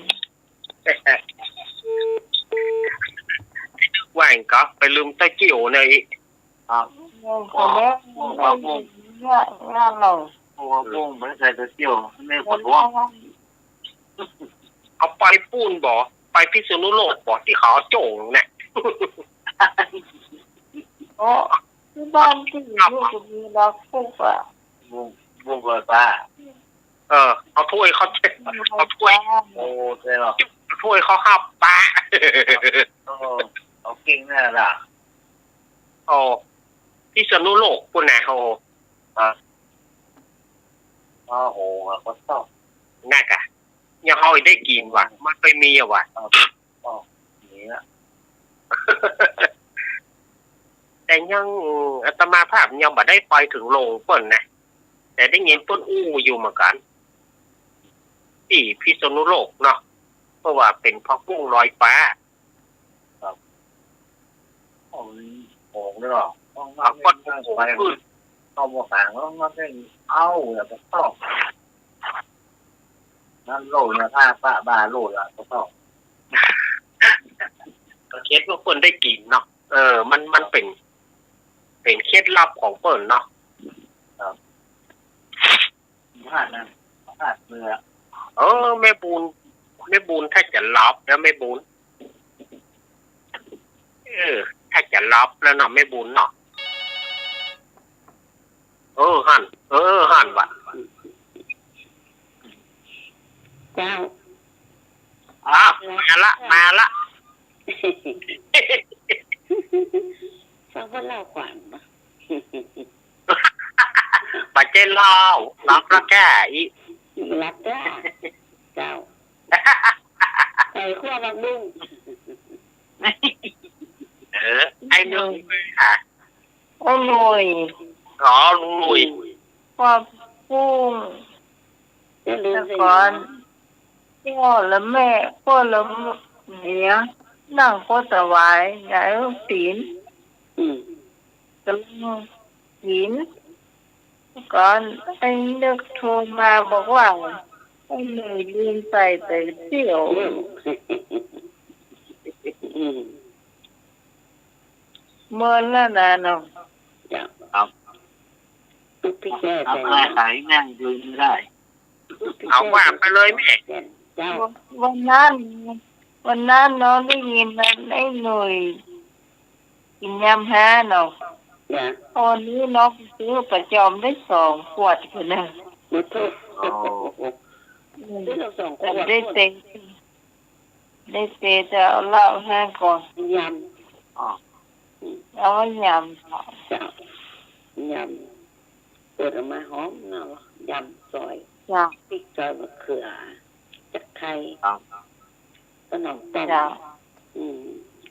ลำเจ้า แล้วถ้ามีกินเขาก็ยำเนาะแล้วกะทิก็มีพักปะกาดหน่อยก็มี โอ้บอกขนาดนั้น ครับ อืม โปปูเนาะ แม่ปูกงค่อยมีจะได้เขียมอยู่ อ๋อ อันนี้แม่จะแกงอ้อมเลือกแกงอ้อมเครื่องในหมู อืม เจ้าเครื่องในหมู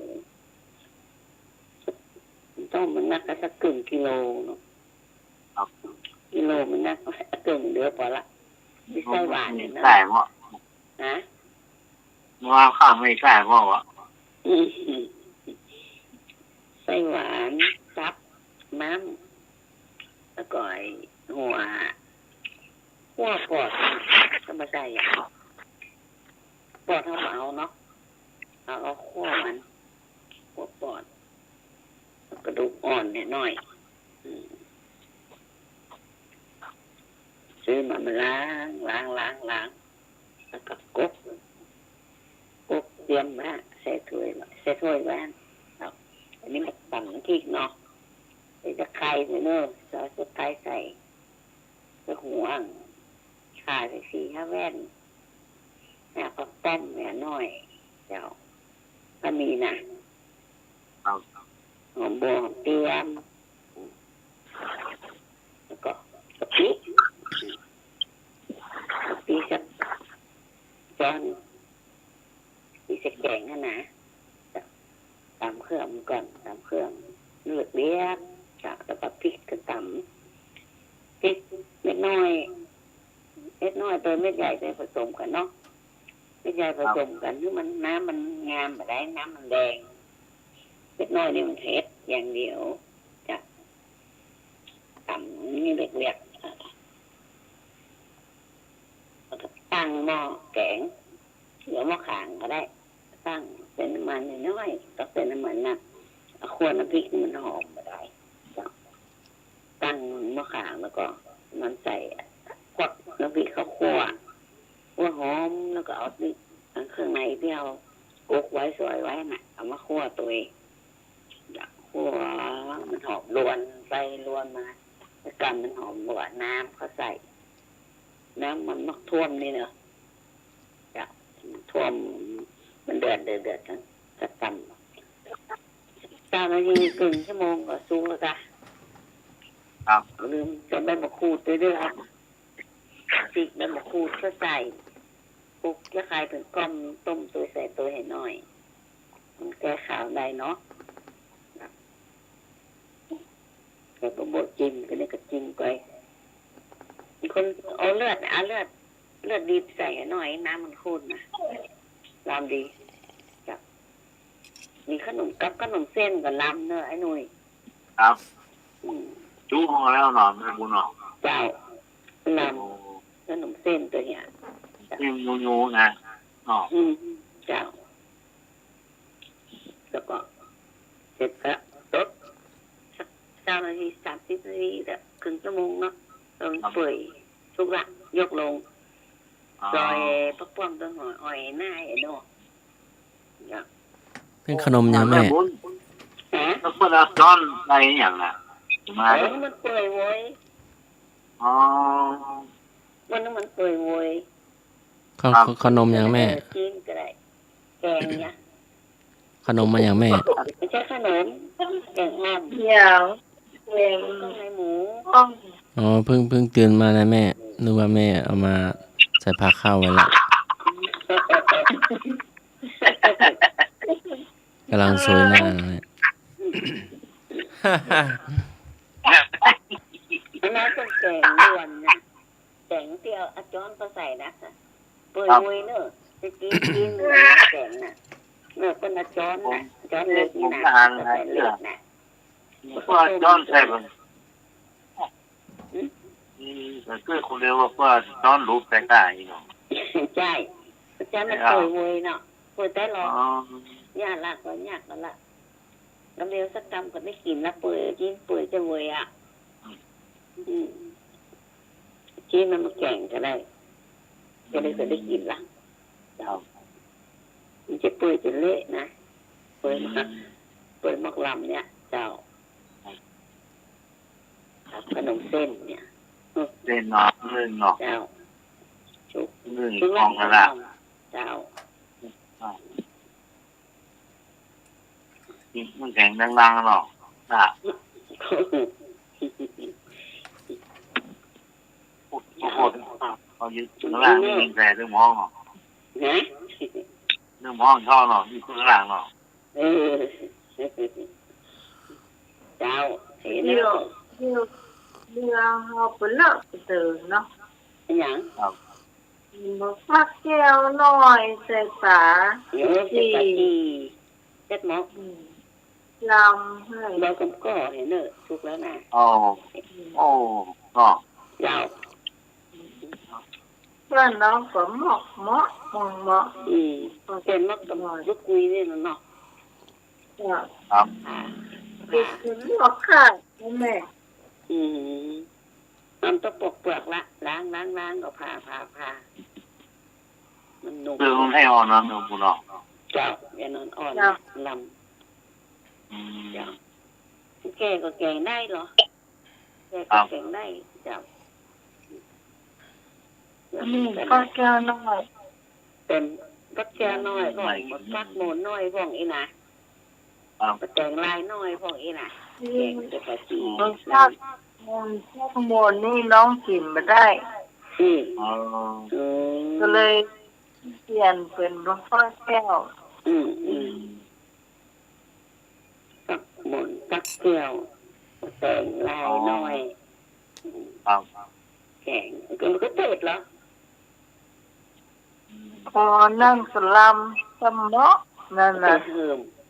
ไปหน่อยเนอะเบิ่มไปหน่อย น้องใจดิบเลย ดิบเลย จ้า ดิบกระลำดิบก็ ถ้า ได้ มันเพิ่มเนี่ยมันจะเละเลย มันเป็นเละอย่าทำไปเพิ่มยำล้ำเหลือมักเหลืองน้อยนี่กะเจ้า ไม่ดิบเลย ดิบกระ ไม่ ลำ ดิบยัง แล้วก็หวานดีนะเนาะมักอากินน้อน ไม่ดิบต้องการใส่กะทิเนี่ย ใส่กะทิใส่กระดาษแล้วแต่คนมากคนสอบเนาะ เดี๋ยวต้มนาทีนี้นะจ้า เจ้าอันเนอะกันเนอะ ครับ จ้า เอา ปูไปเนาะ เจ้า ครับ แม่บุญคนอู้ข้าวหนมเส้น ครับ มันมากัดติดมันถูกเนาะ อ๋อ ข้าวหนมเส้นนี่นะครับ ครับ สวัสดีไอ้เนอ อยากกินแกงฟักแก้มน้องฟักแก้มหนุ่มมันบอกนี่เฮ้ยมีแค่แกงมันน้ำแต่วันซื้อผมก็ซื้อแซ่บมาจีไม่เป็นมันน้ำ แล้วความรักเหรอ ฟักแก้ ก้วน้อย บ้านน้องเลยมันปลูกคนเดียวไอ้เนื้อเฉย อันนึก เพิ่นบ่มีขายเอ้ยมีแต่ อันนึกเอาผู้ก็นอนเป็นเนี่ยฮือกะ หันกาเพิ่นมีแต่แต่งมันน้ำเสื้อปา เออ กี อ๋อ ใบแบบใบก้มก็เหี่ยว บอกพักแค่น้อยบ่มี อ๋อ ไม่บ่มีเอ้ย มีก้ามมันน้ อ๋อ บ้านน้องมันกำลังหน่วยเนี่ยมก กิน มา ไม่ ม ได้ ก เนี่ย แกงพ่องเนาะยอดมันก็เอาไปคั่วไปไข่นะเนาะ ดอก อืม หยอดมาเอาไปคั่ว เจ้า หน่วยมันเอาแกง เจ้า อืม ไม่ได้ไม่ได้ ถ้า พูด เขา จริง ไปใส่เขากินมาตันเหรอ นั่นกันอันหยอดบอกฟอกนี่แควนกับเปิ้นยาห้องอันเดียวกันเนาะอันบอกค้อนก้อมกับพักอีอืมนั่นกันเนาะกับคือต้นเป็นมะค้อนก้อมอ่ะมันแตกใบอ่อนไปพักอีอืมอ่ะ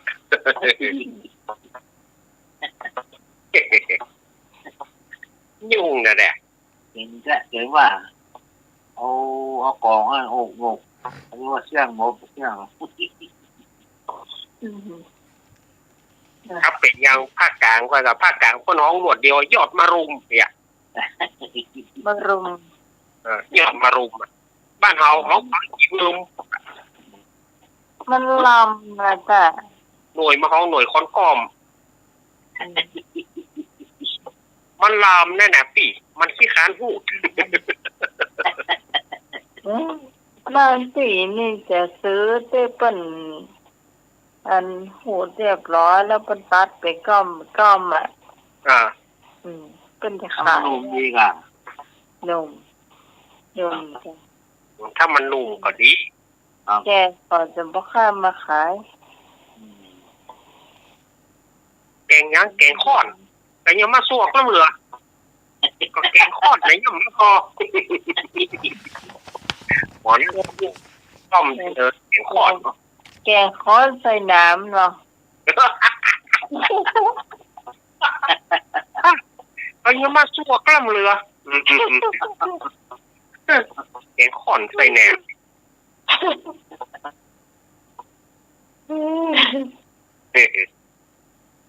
ค้อนใส่น้ำ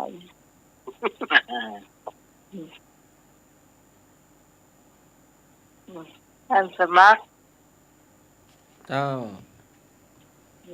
เป็นอย่างอ้อปะเรียนรับละเรียนรับเห็นละ หลับได้หลายตื่นได้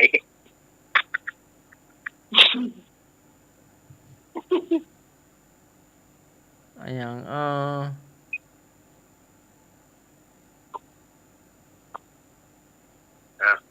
มือควันไฟไผบ่หอบอกหันฟังกันเนาะ ำสวัสดีครับ เจ้า มาเลยไอ้นึก ทั้งแม่นะครับ มา อ่างนำหน้าขอบกายตามหลัง มี5 กรัมอ่างนำหน้าขอบกายตามหลัง กุกานาโม ปัจจัยนี่เป็นว่าจงมาพิสูจน์เถิด อุอากาสะ ปัจจัย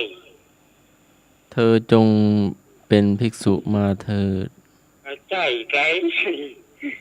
เอาอ่างนำหน้าขอบกายตามหลัง มีอยู่5 กรัม เอวังก็มีด้วยปากการชนี ใช่ปัจจัย วัด ก็ไปน้ำแน่อ๋อ จงมาดูเถิด โอ้ เอานะออ่างนำหน้าเนาะกอไก่ ครับ มี5 กรัม 5 กอม ครับ เอ๊ะ มันอยู่ในธรรมะธรรมโมเนาะ อังคุตตรนิกาย ไม่ใช่เย้ย อ่างก็ ไม่ใช่ ไม่ใช่เดี๋ยว กรรมสนองกรรม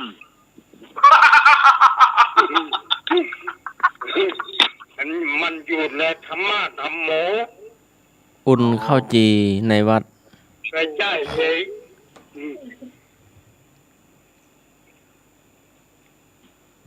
อ่างนำหน้าขอบกายตามหลัง อันว่าภิกษุ ไม่ใช่ อ่ะเอหิปาสิโก ถูกต้องแล้วครับ เอหิปัสสิโก สา จงมาดูเถิด เออ เชิญ นี่ เชิญมาดูเถิด เออ เอหิปัสสิโก เชิญมาดูเถิด จงมาดูเถิดดิน่ะ เชิญมาดูเถิด เฮ้เฮ้เฮ้เฮ้ขอบคุณไอ้ มาแล้วเก่งไง อันอาจารย์สมัครว่าอย่างก็ตะกี้ค้างไว้ตะเกีย ลืมไปแล้วเอาคำไหมเนาะ โอ้โห อาหาบปลาแล้ว เออ นมละ ถ้าใครอยากกินข้าวให้มันใจให้จุดใครถ้าใครอยากกินข้าว เข้า ให้มันใจให้จุด มันใจให้ใส่แน่ แม่นราคาเป็นจะไรครับอาจารย์ครับ เอาก็มันทำไร่อะทำข้าวไร่ปลูกข้าวไร่ข้าวนาปลูกข้าวไร่ข้าวนาก็ได้กินข้าวอ่ะอยากกินข้าวอ่ะแต่สมัยบัดเดียวมันเอาเงินเข้าตู้ไปได้หรอเงินเข้าตู้ไปได้สมัยนี้มีเงินไปใหญ่นี่มันต้องปลูกเนี่ย บ่ได้ไปเอาเฮงอาจารย์เอาละกะให้อาจารย์เอาละ ยัง บ่ได้ไปเอาเฮกันกะจ้าง อ๋อ จ้าง ส เอา มัยเดียวนี้มันแบบมีแล้วการไปลงแขกเนี่ยมันไม่ใช่เหมือนสมัยก่อนเนาะสมัยก่อนลงแขกเกี่ยวข้าวอ่ะครับโอ้ม่วน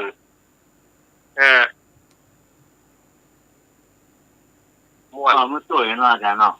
ช่วยกันเนาะเกี่ยวข้าวอ่ะ มันแล้วไวหรือว่ามัน ฉันมีเอา มัน ปลู ม่ ก วน ข้าวมาได้นะเปิ้นเอาปลูกมะม่วงไปละ เป็นบะม่วงไปละเป็นบะม่วนกะไม่ใช่บะม่วงนะบะม่วนบะม่วนสมัยก่อนเนี่ยเขาเกี่ยวข้าวม่วนเนี่ยเผลอได้กบตัวเผลอได้บางคนก็เก่งได้ไก่น้ำไปตัวอ่ะได้ไก่น้ำพ่องได้นกคุ้มพ่องเนี่ยหลายนกคุ้มเข้าทรายสมัยก่อนมันม่วนหรอก หมดเลยอาจารย์เนาะ หัวเคยได้สักแสนน่ะ จักแตนมันมีจักแตนตาหลวงนะ แสนเข้าอ่ะที่เหมือนใบเข้าเลย จักแตนตำเข้านะกะ บัดเดี๋ยวนี้บ่มีนะพี่บัดเดี๋ยวนี้ซ่อหาเป็นยานะจักแตน ตาม่วงตาไหลมาแล้ว แต่นี่มันจะลำเนอะ คนท้องว่าอย่างก็ปลาทังกาอะไรอย่างนะจักแตนตาหลวงๆน่ะ น้ำโมหัวเนิน มันมี ตา แต่ นั่นนะ น้อยนะตัวน้อยลาดตัวมันจะเหมือนใบข้าวอ่ะ จักแตนที่มันวาแข้งวาน่ะกะมันวามือวาแข้งมันน่ะตัวน้อยๆน่ะ เวลาเขาได้หอยเน็บกรุ้ง เล็กปุ๊บไป เนาะบรรยากาศนี้มันหาเขียมละพวกสัตว์พวกสิ่งบอกว่าจะแตนก็ดีอันยังก็ดีนี่บ่มีละบ่เดียว หนีละ ก็จะแตนนะอย่างมันมีแหมอย่างจะแตนที่มันตกปีกพื้นดินน่ะที่มันตกปีกแล้วมันไปทางหน้าแลบเนี่ยบ่มีบ่เดียวที่หายหมด เจ้า ไอ้ยอวัดยังเขาขัว นะ ไอ้ยอวัดยังเขาขัว วะบัก วัด ก ยั อง เขาหัว วะมะกอก วัดมากอก ท่านมากอก เออ เหยียบแล้วครับเหยียบหัว อะ เหยียบรูกละยังมารูกเนี่ย มาถูกเกลือ ครับ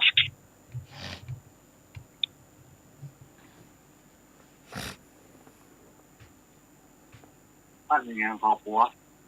หรือวัดยังเขาหัวอีก อาจารย์กำลังว่าวัดมากอกเหยียบรูกละโดนหน่อย มาละไปจะตอบมาเลย วัดหัวแม่ก็ครับ ถูกต้อง วัด วัดหัวนี่มันเจ็บลูกไอ้ตีน ไอ้ หัวหนู เอาเรื่องมาใกล้เนาะ พวกสู้นึกเป็นลืงกะพวกสู้นึกเป็นลืงกะมันเก้า บ่ลืม ตอนนอนก็แบบบ่ยุ่งแหละ เหมือนมันไม่เคยโดนครับวัดหัว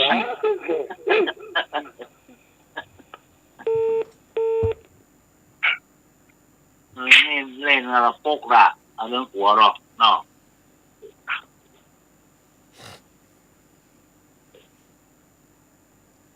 แอนนวดหนีอีก โอ้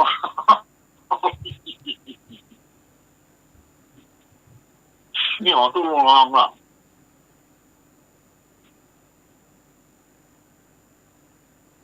ไอ้อ๋อมันติดกัน เวลามากินอาหารมันดังแฉบฮะ มือเท้าติดกันเวลามากินอาหารทางปากมันดังแฉบ นกกระจอกกินน้ ใช่ ำหมาน้อยกินน้ หอตู้ลองเหรอ ำแมวน้อยกินน้ ไม่ใช่ ำหมาน้อยกินน้ ไม่ใช่ ำละอ่อนกินน้ ไม่ใช่ มันใจสักอัน ำจักกิ้มกินน้ ไม่ใช่ เยอะให้ มือเท้าติดกันกินอาหารทางปากดังแจ๊บ ำนกกระยาง มือชอบติดกัน ครับ นกกระปูตาแดง ไม่ใช่ ตะกิ้วนกกระปุดแต่แดงนั่นน่ะ ชอบติดกัน มันมีกี่ขาอ้าย ลองหาครับ มันหัวกลมโหลงหัวแหลม หัวแหลมครับ มันมีปีกก่อ ติดหมีครับผม มีปีก ขาติดกันเวลากินอาหารทางปากมีดังแจ๊บ ตอนนี้มันหลับหรือว่ามันฟังธรรมะคลายเครียดอยู่ โอ้ย่างแล้ว5 โมงป่านย่างแล้ว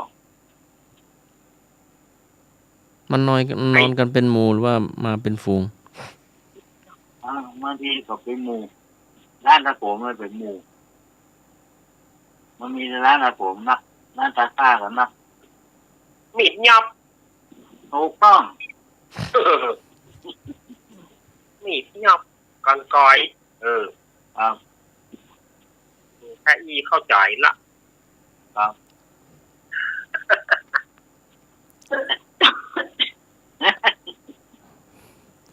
เจ้าก็ว่าไงควายก็ว่าจุดอ้อน อ๋อ ฮ้อนแม่นละแดดควายก็ว่าแดด เจ้าก็ว่าง่ายอ่ะมาได้กินข้าวง่ายตื้อมันเป็นสันดานคนขี้เกียจ เนาะ เช้าไปหนาวอยู่ อ๋อ นอนอย่าจวนขาบเข้าละพอไปตื้อควายมาฮ้อนเดี๋ยวละ อ๋อเงาเนาะอันนี้เงาเนาะ เงา ตื่นควายกาพระอาจารย์ ไม่ตื่นหรอกก็มันอ้างอ่ะความอ้างอ่ะอ้างอยู่ห้านะเจ้ากับเจ้าเกินมันมืดอยู่อย่าแจ้งมาแล้วหนาวอย่ารอกินข้าวไงแล้วก่อนกินข้าวไงแล้วต่อไปหม้อรอขวายหน่อยขวายน่ะร้อนแดดเฮ้ยทางแมนจะได้กินข้าวตอนเนี่ยมันบัดได้การต้องสรุปแล้วบัดได้อย่างสักอย่าง รับห้าเมื่อคืนเมื่อวันกะครับ ไม่ใช่หลับนะคืออ้างไม่ไปงานน่ะ ไม่ไปทำงานน่ะ เอาแง่ไม่ยอมไปทำงานน่ะ เดี๋ยวก็อ้างแดดเดี๋ยวก็อ้างฝนเดี๋ยวก็อ้างหนาวอย่างเงี้ย จะเป็นคน อ้างขี้เกียจ คนขี้เกียจตอนหลังยาว มันให้เงาเนาะ เอาเตอร์ไอ้มันเนี่ยการเนี่ยไงเดี๋ยวโป๊เสาจานแต่งหัวนึ่งเข้าเนี่ยไงขนาดมันการนะโป๊เสาจาน ขนาดมันมอนนะ พวกต่อจานเป็นหลวนึ่งข้าว เอาปัญหาไหนล่ะ มาเลย ไอ้ถามให้หน่วยกับวันขันเนินนะ แม่สมกะ สมัยบัดต้องตอบละ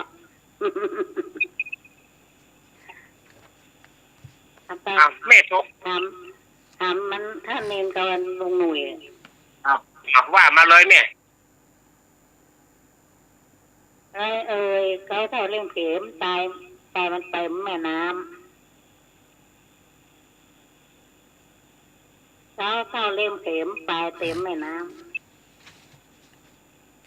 เอาแหวน ต้ม แม่ครับ ขาไปเมื่อไฟป่า ขามิดยอบขามิดยอบก็ขาปล่อยบอกว่าใครป่าก็ขามิดยอบ ไอ้ที่ไหนขากันไกลอ่ะ เอาแม่ว่าแล้วก็แล้วอ่ะ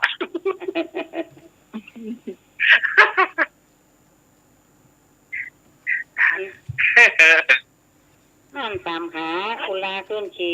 ผู้ยี่ขึ้นจับกระบัดเกิงหน้าอาภาแกนเอวตะเหลียวติดต้นสดออกต่างกัด นึงเข้า เวลา5 ทุ่ม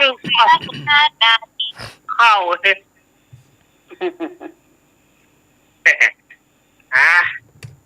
อีกอะมาช่วยกันตอบช่วยกันอู้อีกอะแม่เอ๋ยมันจะได้หายข้ารับหน่อย ไม่เลยหาลงหน่วยกับหมอ5 ปากหมอเที่ยวกว่า ไม่ได้คืนเนาะ มันเลขละปูนนะครับ แล้วหาลงหน่วยหลายรอบมันเลยบ่ฮับ หมอโอ้ซับผมแบดบดแม่ เป็นโมดแถมแล้ว มันก็ดีนะแม่มันเลขหายเมื่อไรเสาร์ล่ะ นี่ไงถามต่อกับแม่ นี่ก็ไม่มาเลย อันทุกน้อยไม่ไปรักแต่บักตักก็เต็ม ต้องตอบเนาะ เปล่า อืม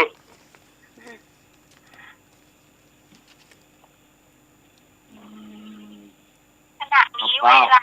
ปลาเผาไปมันตึงน้ำทุ่งน้อยห้อยไปลากกิโล อ๋อ ตักกระเต็มปะตักกระเต็มมันต้องเต็มตลอดเวลาลูกผัดจะตักใส่มาดู เนอะป้าวันเปลี่ยนหน้าบ้านนะฉันโอ้ยเดียวโอ้นักขนาดนะมันนะ มันเป็นแบบเป้าไฟครับพี่ บ้า สองหัวสี่ขาพันษา สองหัวที่ตาปันตา จ ขณะนี้เวลา5:51 นาที ไอ้ยังกะ ำมันต้องกดไอ้ยังของแม่ตะกี้ จำ จอม สองหัวที่ขาปันตา สองหัวสี่ขาพันษา เอาจ จอมตกป่าหรือว่ายอนะยอมจอมจอมไว้เนอะอ่ะ จำไม่ ทำไม ได้ เพื่อเอาขามันเชี่ยนละอ่อนลูกขาหักมันน่ะ ำครับ จอมเนอะ น้อยจำไม่เนอะโคตรกับมันลากับมาบอ่ะ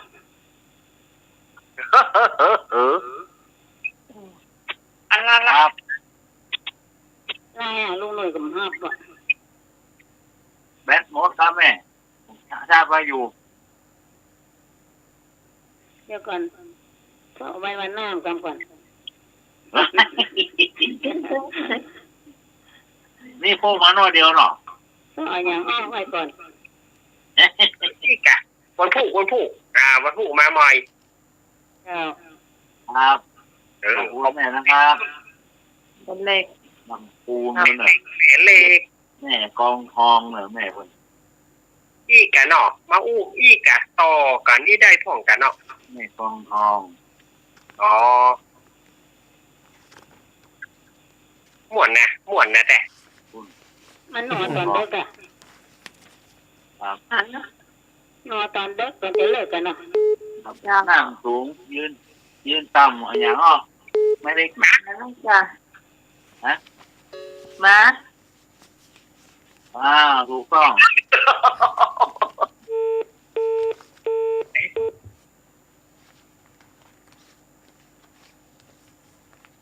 ไปทำไปให้หัวติ๊กแห่ทำมาให้ติ๊ก โอ้มันไม่ตอบเนี่ย เนาะ ฮะ ไปทำไปให้หัวติ๊กแห่ โอ้ ติ๊กมาน้ำตาติ๊ก ปิ้งเนี่ยถามจะปิ้ง ฮะ จะปิ้ง ก้นบุหรี จ่ายเย็นเน้น ฮะ จ่าย ไม่ใช่กะโอ้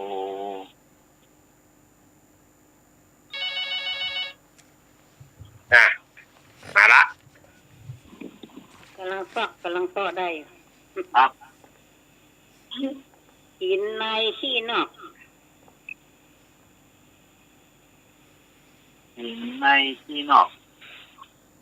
กบใส่ไหม กบใส่ไม้ กบใส่ไหมแม่ ใช่เจ้า หินในที่นอก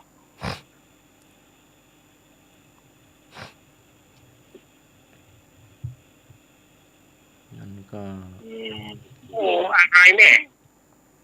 เฮ้ย ตุง กินนอกกรอก กินในที่นอก ตุงไส้หมู ใช่เจ้า มัน กินในขี้นอก อันนั้นไหนแม่เฮ้ยกบใส่ไม้หรือว่าเตาอ่ะ ใช่เจ้า แม่ ใช่ ที่เปล่า ครับ ไม้เก็บปัจจัยเนาะ ใช่เจ้า กินบนเรือนขี้บนหลังคาบ่คนละอย่างกันเนาะ ก็ขี้ มันเป็น หูหลัง ง่าย คา อีกมันโอ้ย กินในที่นอก กินในที่นอกหอย ยอมเหรอ เออ ด้วงกินไม้ด้วงกินไม้ ตัวกินไหม ด้วงกินไม้ ต้วงกินไม้ ด้วงกินไม้มันกินไม้ที่มันออก ป่ะ ปอกกินนอกปอกใน กินนอกปองใน นอกบอกนายไก่ไก่ เนี่ยก็ ไต้ไก่ ไก่ไก่ เจ้า เขาว่าจะเอาถามพอดีสดออกมาป้าว่าจะถามไม่สมัยพอดีโพสต์มาก่อน จะต้องการเฮ็ดป่ะ โครงการเนาะแล้วลูกตะโกนออกลำปาก ที่ถ่าย ใจ ไม่ใช่อ่ะ เดี๋ยวลูกตะโกนออกลำปาก เอ้าอะไรไม่รู้เนอะอันนี้นะ เจ็บมือหมด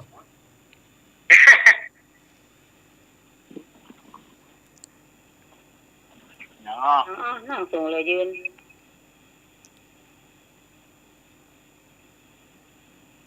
ไม่ว่าอะไรครับ อันยังนั่งส่งเลยยืน มาหน่อย แม่ลูกหมาน้อยขึ้นดอยแก น้ ไอ้อย่างของลุงนุ้ยไอ้อย่างตะกี้ ลูกก้นออกวัดอ่ะครับผม อ้าว อะไรนะลุง ลูกตะโกนออกลำปาก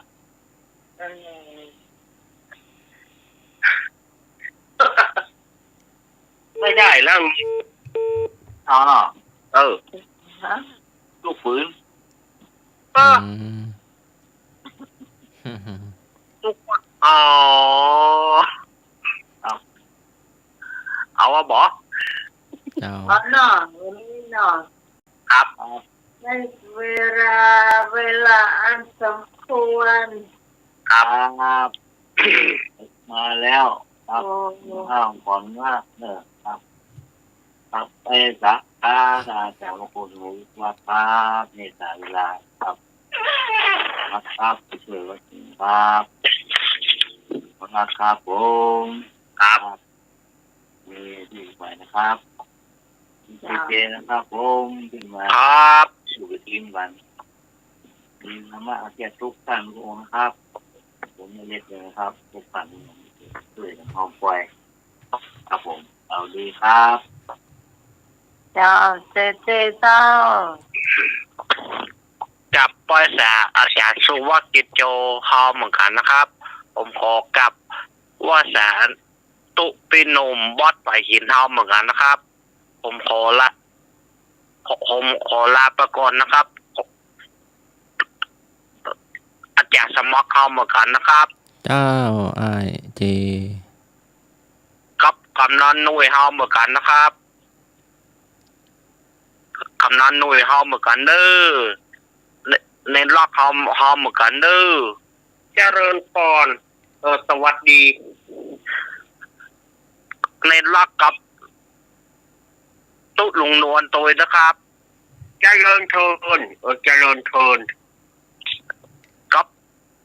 ผู้หลวงนานอาคมเตสนาโตนะครับลบดีผลดีลูกครับ ผมขอลาไปก่อนนะครับปีที่สมัยคนงานบ้านดอนตานมารีมเฮาเหมือนกันนะครับ เจ้าสวัสดีเจ้าขอบคุณเจเนอะแต่วันนี้ที่มาช่วยจนจบรายการเนอะ ครับ ผมขอลาไปทุกคนที่ฟังขึ้น104บอสไฟหินในเวียงเนี่ยเนาะแม่ทั้งออกตังหลายทุกคนตัวเวยด้วยครับ ที่หาผมแต่กี้นะครับ ลาไปเหมือนกันนะครับ สวัสดีครับ เจ้าขอบคุณแทนคุณผู้ฟังสวยนะเจ้า ต่อไปท่านสมาร์ท จ้ะเองก็ อาจารย์เอาละ เน้นล็อกครับก็มาถึงช่วงสุดท้ายแห่งเวลา ก็วันนี้เขาอู้อย่างไป บางกรรมอาจจะบัถูกอกบัถูกใจศรัทธาญาติโยมขอสุมาอภัยในครั้งนี้ตัวเน้น บอกงานที่เขาจะปล่อยวันที่1ในคำเอาหน้าเอาไปงานของเขาก็เอาไปสถานีเขาพูดก็ไปสถานีเขาพูดวันการดีกว่าศรัทธาญาติโยมที่มาในวันนี้ที่บางทีก็ได้ฟังแล้วก็อาจจะบ่ม่วนใจเพราะว่าเน้นเขาอาตมาเขาบ่มีแก่นสารบ่มีสาระอันใดอาตมาเขาก็บอกว่าเป็นธรรมะคลายเครียดเราบ่ต้องกึดนักถือว่าเป็นของแถมของรางวัลของแถมก็พอละเราบ่ต้องไปกึดให้หยังนักเบาสมองให้หัวกันม่วนอกม่วนใจกันก็พอเรื่องอื่นเราถ้าเอามาอู้กันถ้าว่าอาตมาเขามันบ่ม่วนอย่างใดก็ขออภัยเนอะวันพรุ่งนี้ผมเข้าหลัง4 ทุ่มนะอาจารย์สมัครครับวันพรุ่งนี้ผมติดธุระบางประการเนาะครับผมครับพรุ่งนี้ผมเข้าหลัง4 ทุ่มติดงานนะอย่าครับติดงานจะไปงานศพญาติจบตอง แล้วก็ศรัทธาญาติโยมวันพรุ่งนี้ก็ก้อยปากันใหม่เนอะรายการธรรมะคลายเครียดก็ยังคงเดิมรายการธรรมะคลายเครียดก็3 ทุ่มถึงเที่ยงคืนพรุ่งนี้กับปะตันแถมในทีมงานขอบคุณท่านอาจารย์วิศวัตรวรกิจโจที่เอื้อเฟื้อเวลารายการธรรมะคลายเครียดได้ดีเสมอมาขอบคุณท่านอาจารย์สมัครยานกิโลครับผมครับผมขอบคุณพี่พิสมัยที่เวลาขอบคุณหนุ่ยขอบคุณทุกท่านทุกคนที่เปิดฟังในรายการนี้ได้ดีเสมอมาพรุ่งนี้ปากันใหม่วันนี้โจกีมีใจเป็นของศรัทธาญาติโยมทั้งหลายเหมือนกันทุกคนรับดีฝันดีตื่นมาพบแต่ความดีรับได้เงินหมื่นตื่นได้เงินแสนแก่นได้เงินปันยัง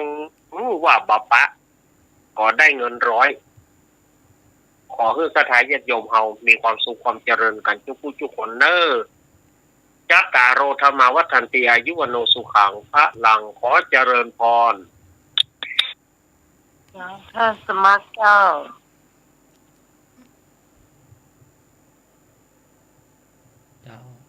เป็นนะฮัมเมนะวิตะเมเสยยะบุคคลพึงหาเลี้ยงชีพโดยทางชอบธรรมขอกราบนมัสการและขอเจริญพรสำหรับ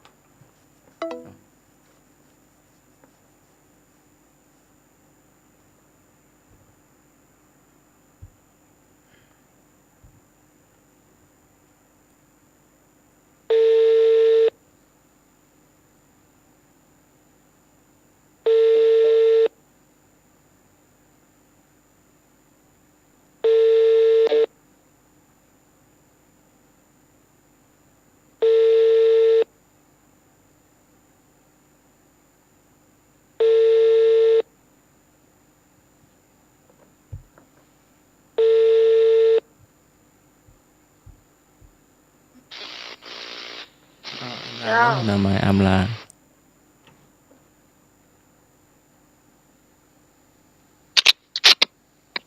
เจ้าฮัลโหลเจ้าอำลาเลยตะกี้กดวางไปอำลาเลยตอนนี้อยู่หน้าไม้ละขอบคุณคุณผู้ฟังทุกเสียงทุกสายที่มาช่วยกันจัดรายการธรรมะคลายเครียดผ่านพ้นไปด้วยดีนะเจ้าสำหรับค่ำคืนนี้เราจะมาพบปะกันใหม่ในวันพรุ่งนี้ตั้งแต่3 ทุ่มถึงเที่ยงคืนนะเจ้า สำหรับข้าเจ้าต้องขอบคุณพระอาจารย์พระครูสมุวิศวัตวรกิจโจผู้อำนวยการสถานีผู้ควบคุมเสียงเลือกเพลงคุณผู้ฟังได้ฟังโดยสำหรับข้าเจ้าพิสมัยสุริยรอนจากบ้านดอนตาลตำบลเมืองแก้วอำเภอแม่ริมจังหวัดเชียงใหม่